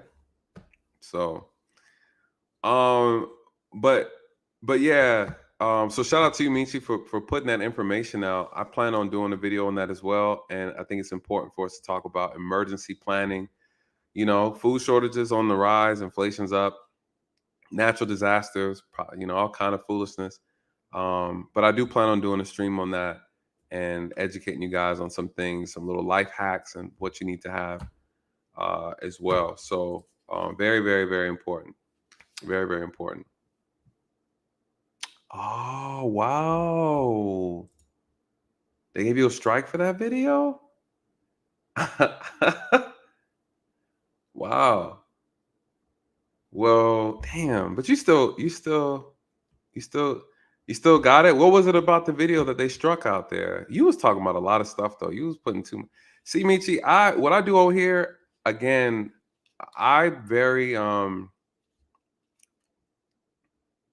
I keep it subtle for people who can understand. I make them put two and two together.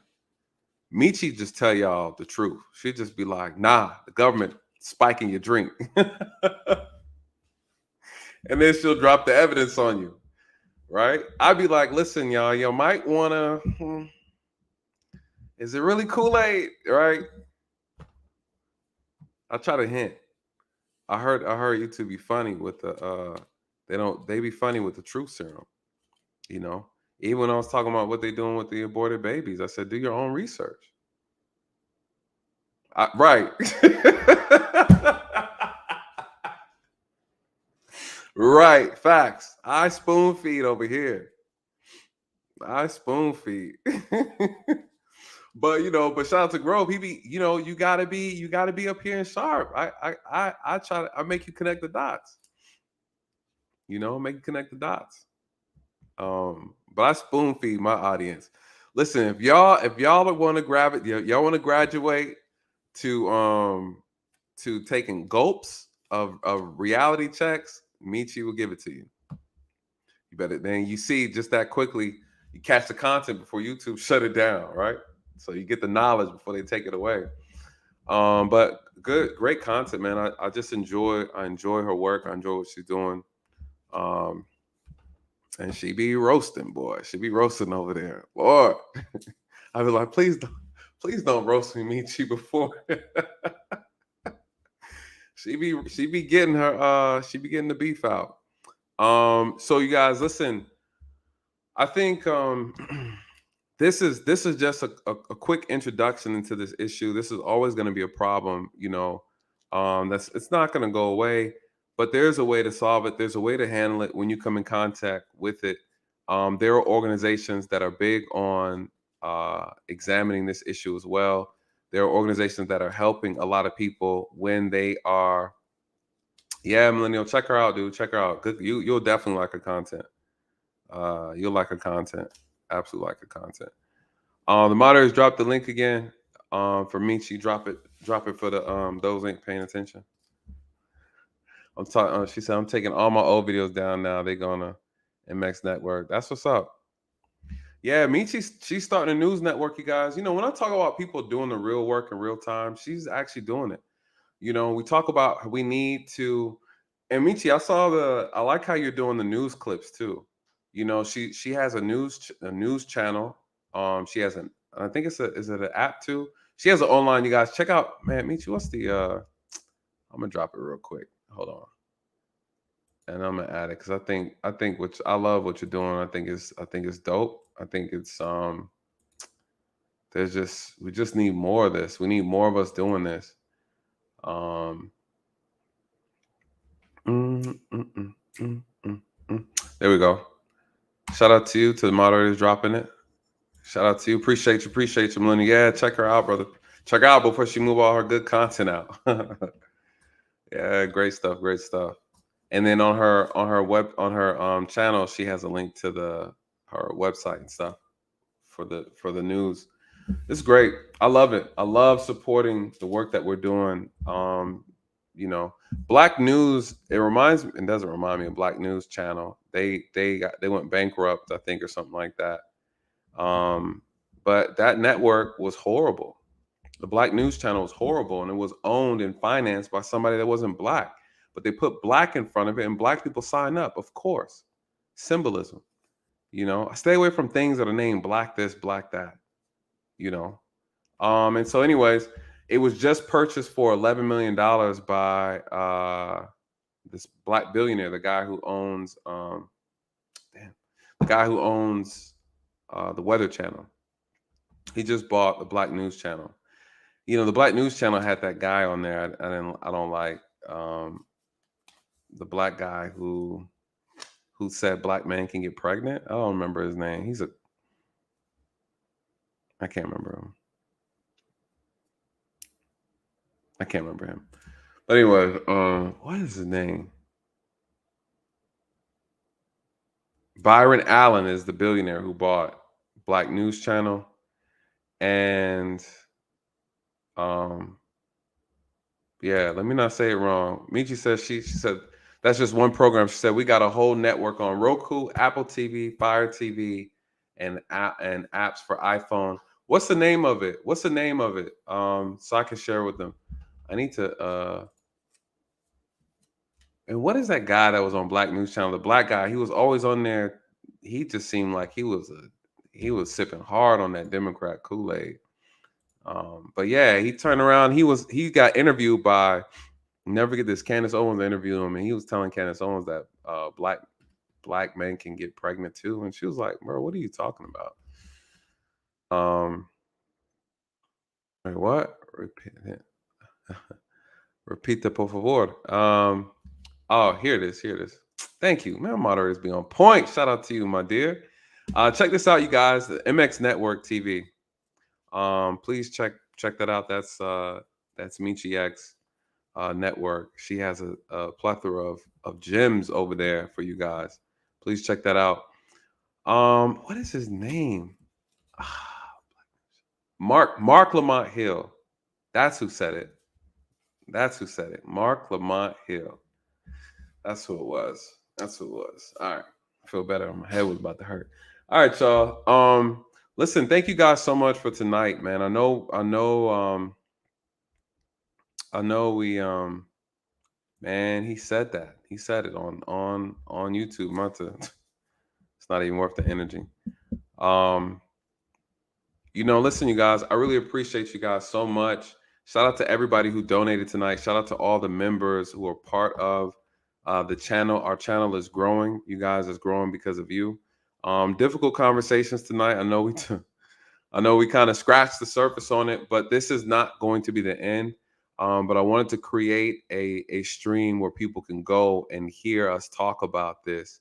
To know that we don't shy away from it. We are not afraid to acknowledge the problems in policing. Never, ever, ever, ever have I ever, will ever not acknowledge it, right? But I like to focus on the solutions. I like to focus on how we can fix the problem. And I think what ends up happening sometimes, we get too carried away worrying about why things are bad instead of why things need to get better. And so that's what my channel is about. And, we're definitely going to handle that. shout out to Johnny, man. But thank you so much, brother, for sponsoring the stream tonight. I really, really appreciate that. Truly a blessing. And for everybody who took the time to donate, that means a lot. Some dropped something on PayPal as well. I really, really appreciate you guys. It means so much. And yeah, we're definitely gonna talk about it. We're definitely gonna talk about it and dive into this further. But acknowledging the problem is one thing, but actually getting up and solving it is another. And I want to give people the blueprint to solve the problem. Now, I'm going to do my part, right? I'm in charge. I'm getting help from other people as well and putting the blueprint together. All I can do is give the blueprint away. At the end of the day, we got to actually take it and actually put it into action. If we don't, then it means nothing. It means nothing. All the hard work and sacrifice everybody's doing, these late night streams, they mean nothing if we don't take it. Unfortunately, we have people. I've been speaking to some folks who have huge platforms. People who are in politics, who represent the Black struggle, who want to speak for Black people, you guys. And I'm gonna tell you, you'd be disappointed. They don't want to talk to me. They don't. They've been avoiding me. I get that. Oh, yeah. Crickets. Why? Because the money's sweet, man. The money's sweet. Division's profitable. Ignorance is profitable. And when they see someone like myself, or they see someone like a Mechee X, you guys, they don't want to be bothered. They really don't want a solution. Why? Because there's no money in it. There's no money in it. You can't be wanting to serve people and be in it for the money. Shout out to you, Johnny. Shout out to you, brother. Thank you so much for sponsoring. Millennial Mark, again, thank you, brother. Always. Thank you to all the new members that joined up today. I appreciate you. Welcome to the team. You guys know every Wednesdays are going to be our new stream time. Please take the time to follow all of the. Let me see where I put that. Stuff always be all over the place. Bam, there we go. Be working. Mechee, I'm gonna hook you up. I'm gonna make some stuff for you too, so you can have some stuff. Mechee she just be spitting real raw truth. She says she ain't got time. But listen, live show every Wednesday, 8:30. You guys, is what we're gonna be doing. Please, if you can, follow me on all platforms. It's good. Help when I'm getting the information. I'll let you guys know I'm streaming, so you'll be notified. And then I'm gonna work on putting some other things together to notify you guys as well. So, woo. Good talks.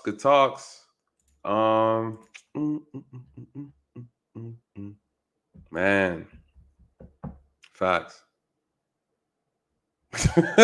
So she said. That's what I'm saying, man. That's what I'm saying. You two be hating. Run for office, man. I don't know. Honestly, I could, but I don't know, right? Because I like to be honest.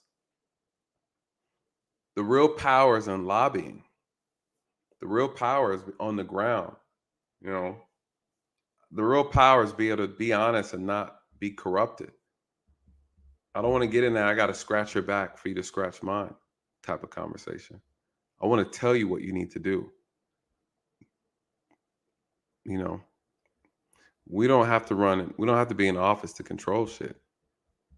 You just need to control the person running in office. Right? Let's create puppets and we be the puppeteer. That's how the real game is played. Now, see, I'll go in and handle business though, but you guys have to back me. How do you back up a candidate with money? You guys, it's not cheap. It's not cheap. I would go in there for a specific purpose. What purpose do we have? Man, I'd be hitting them and making all kind of noise. I don't care. I don't care. And I'll expose those who think they act like they care and don't care. I'll air them out. Air them out. And if anything, it'll just bring more awareness to the problem that, hold on, we are putting people in these positions. They're not doing anything. Yep. But we do need to groom our own, have our own, and then put them in politics to make sure they address the issues of Black people, period. Because we're constantly giving away the vote. That's for sure. Constantly. Yep, constantly. If I run for mayor, dealing with the crime, boy, these brothers, you get locked, you're not getting out. All these repeat offenders, that'd be the end of that. I promise you. I promise you. All right, y'all. We're about to shut this thing down. Listen, man, thank you guys so much, man. I hope you enjoyed this. I hope you found it informative. Very, very passionate conversation tonight. But I thank you guys for sticking with me. We're going to dive into this more. I didn't get a chance to talk about the chief who made that racist statement. I don't know. Again, it's one of those things where it's like, look, we know it's there, right? I hate kind of talking about stuff that we already know is an issue. And I don't like to ride the wave on stuff either. But the reality is, man, they're out there. They're out there. You know, you got one case now at a police department where there's the manager, Black female, showed up and all 6 police officers quit. You know, I mean, I don't know.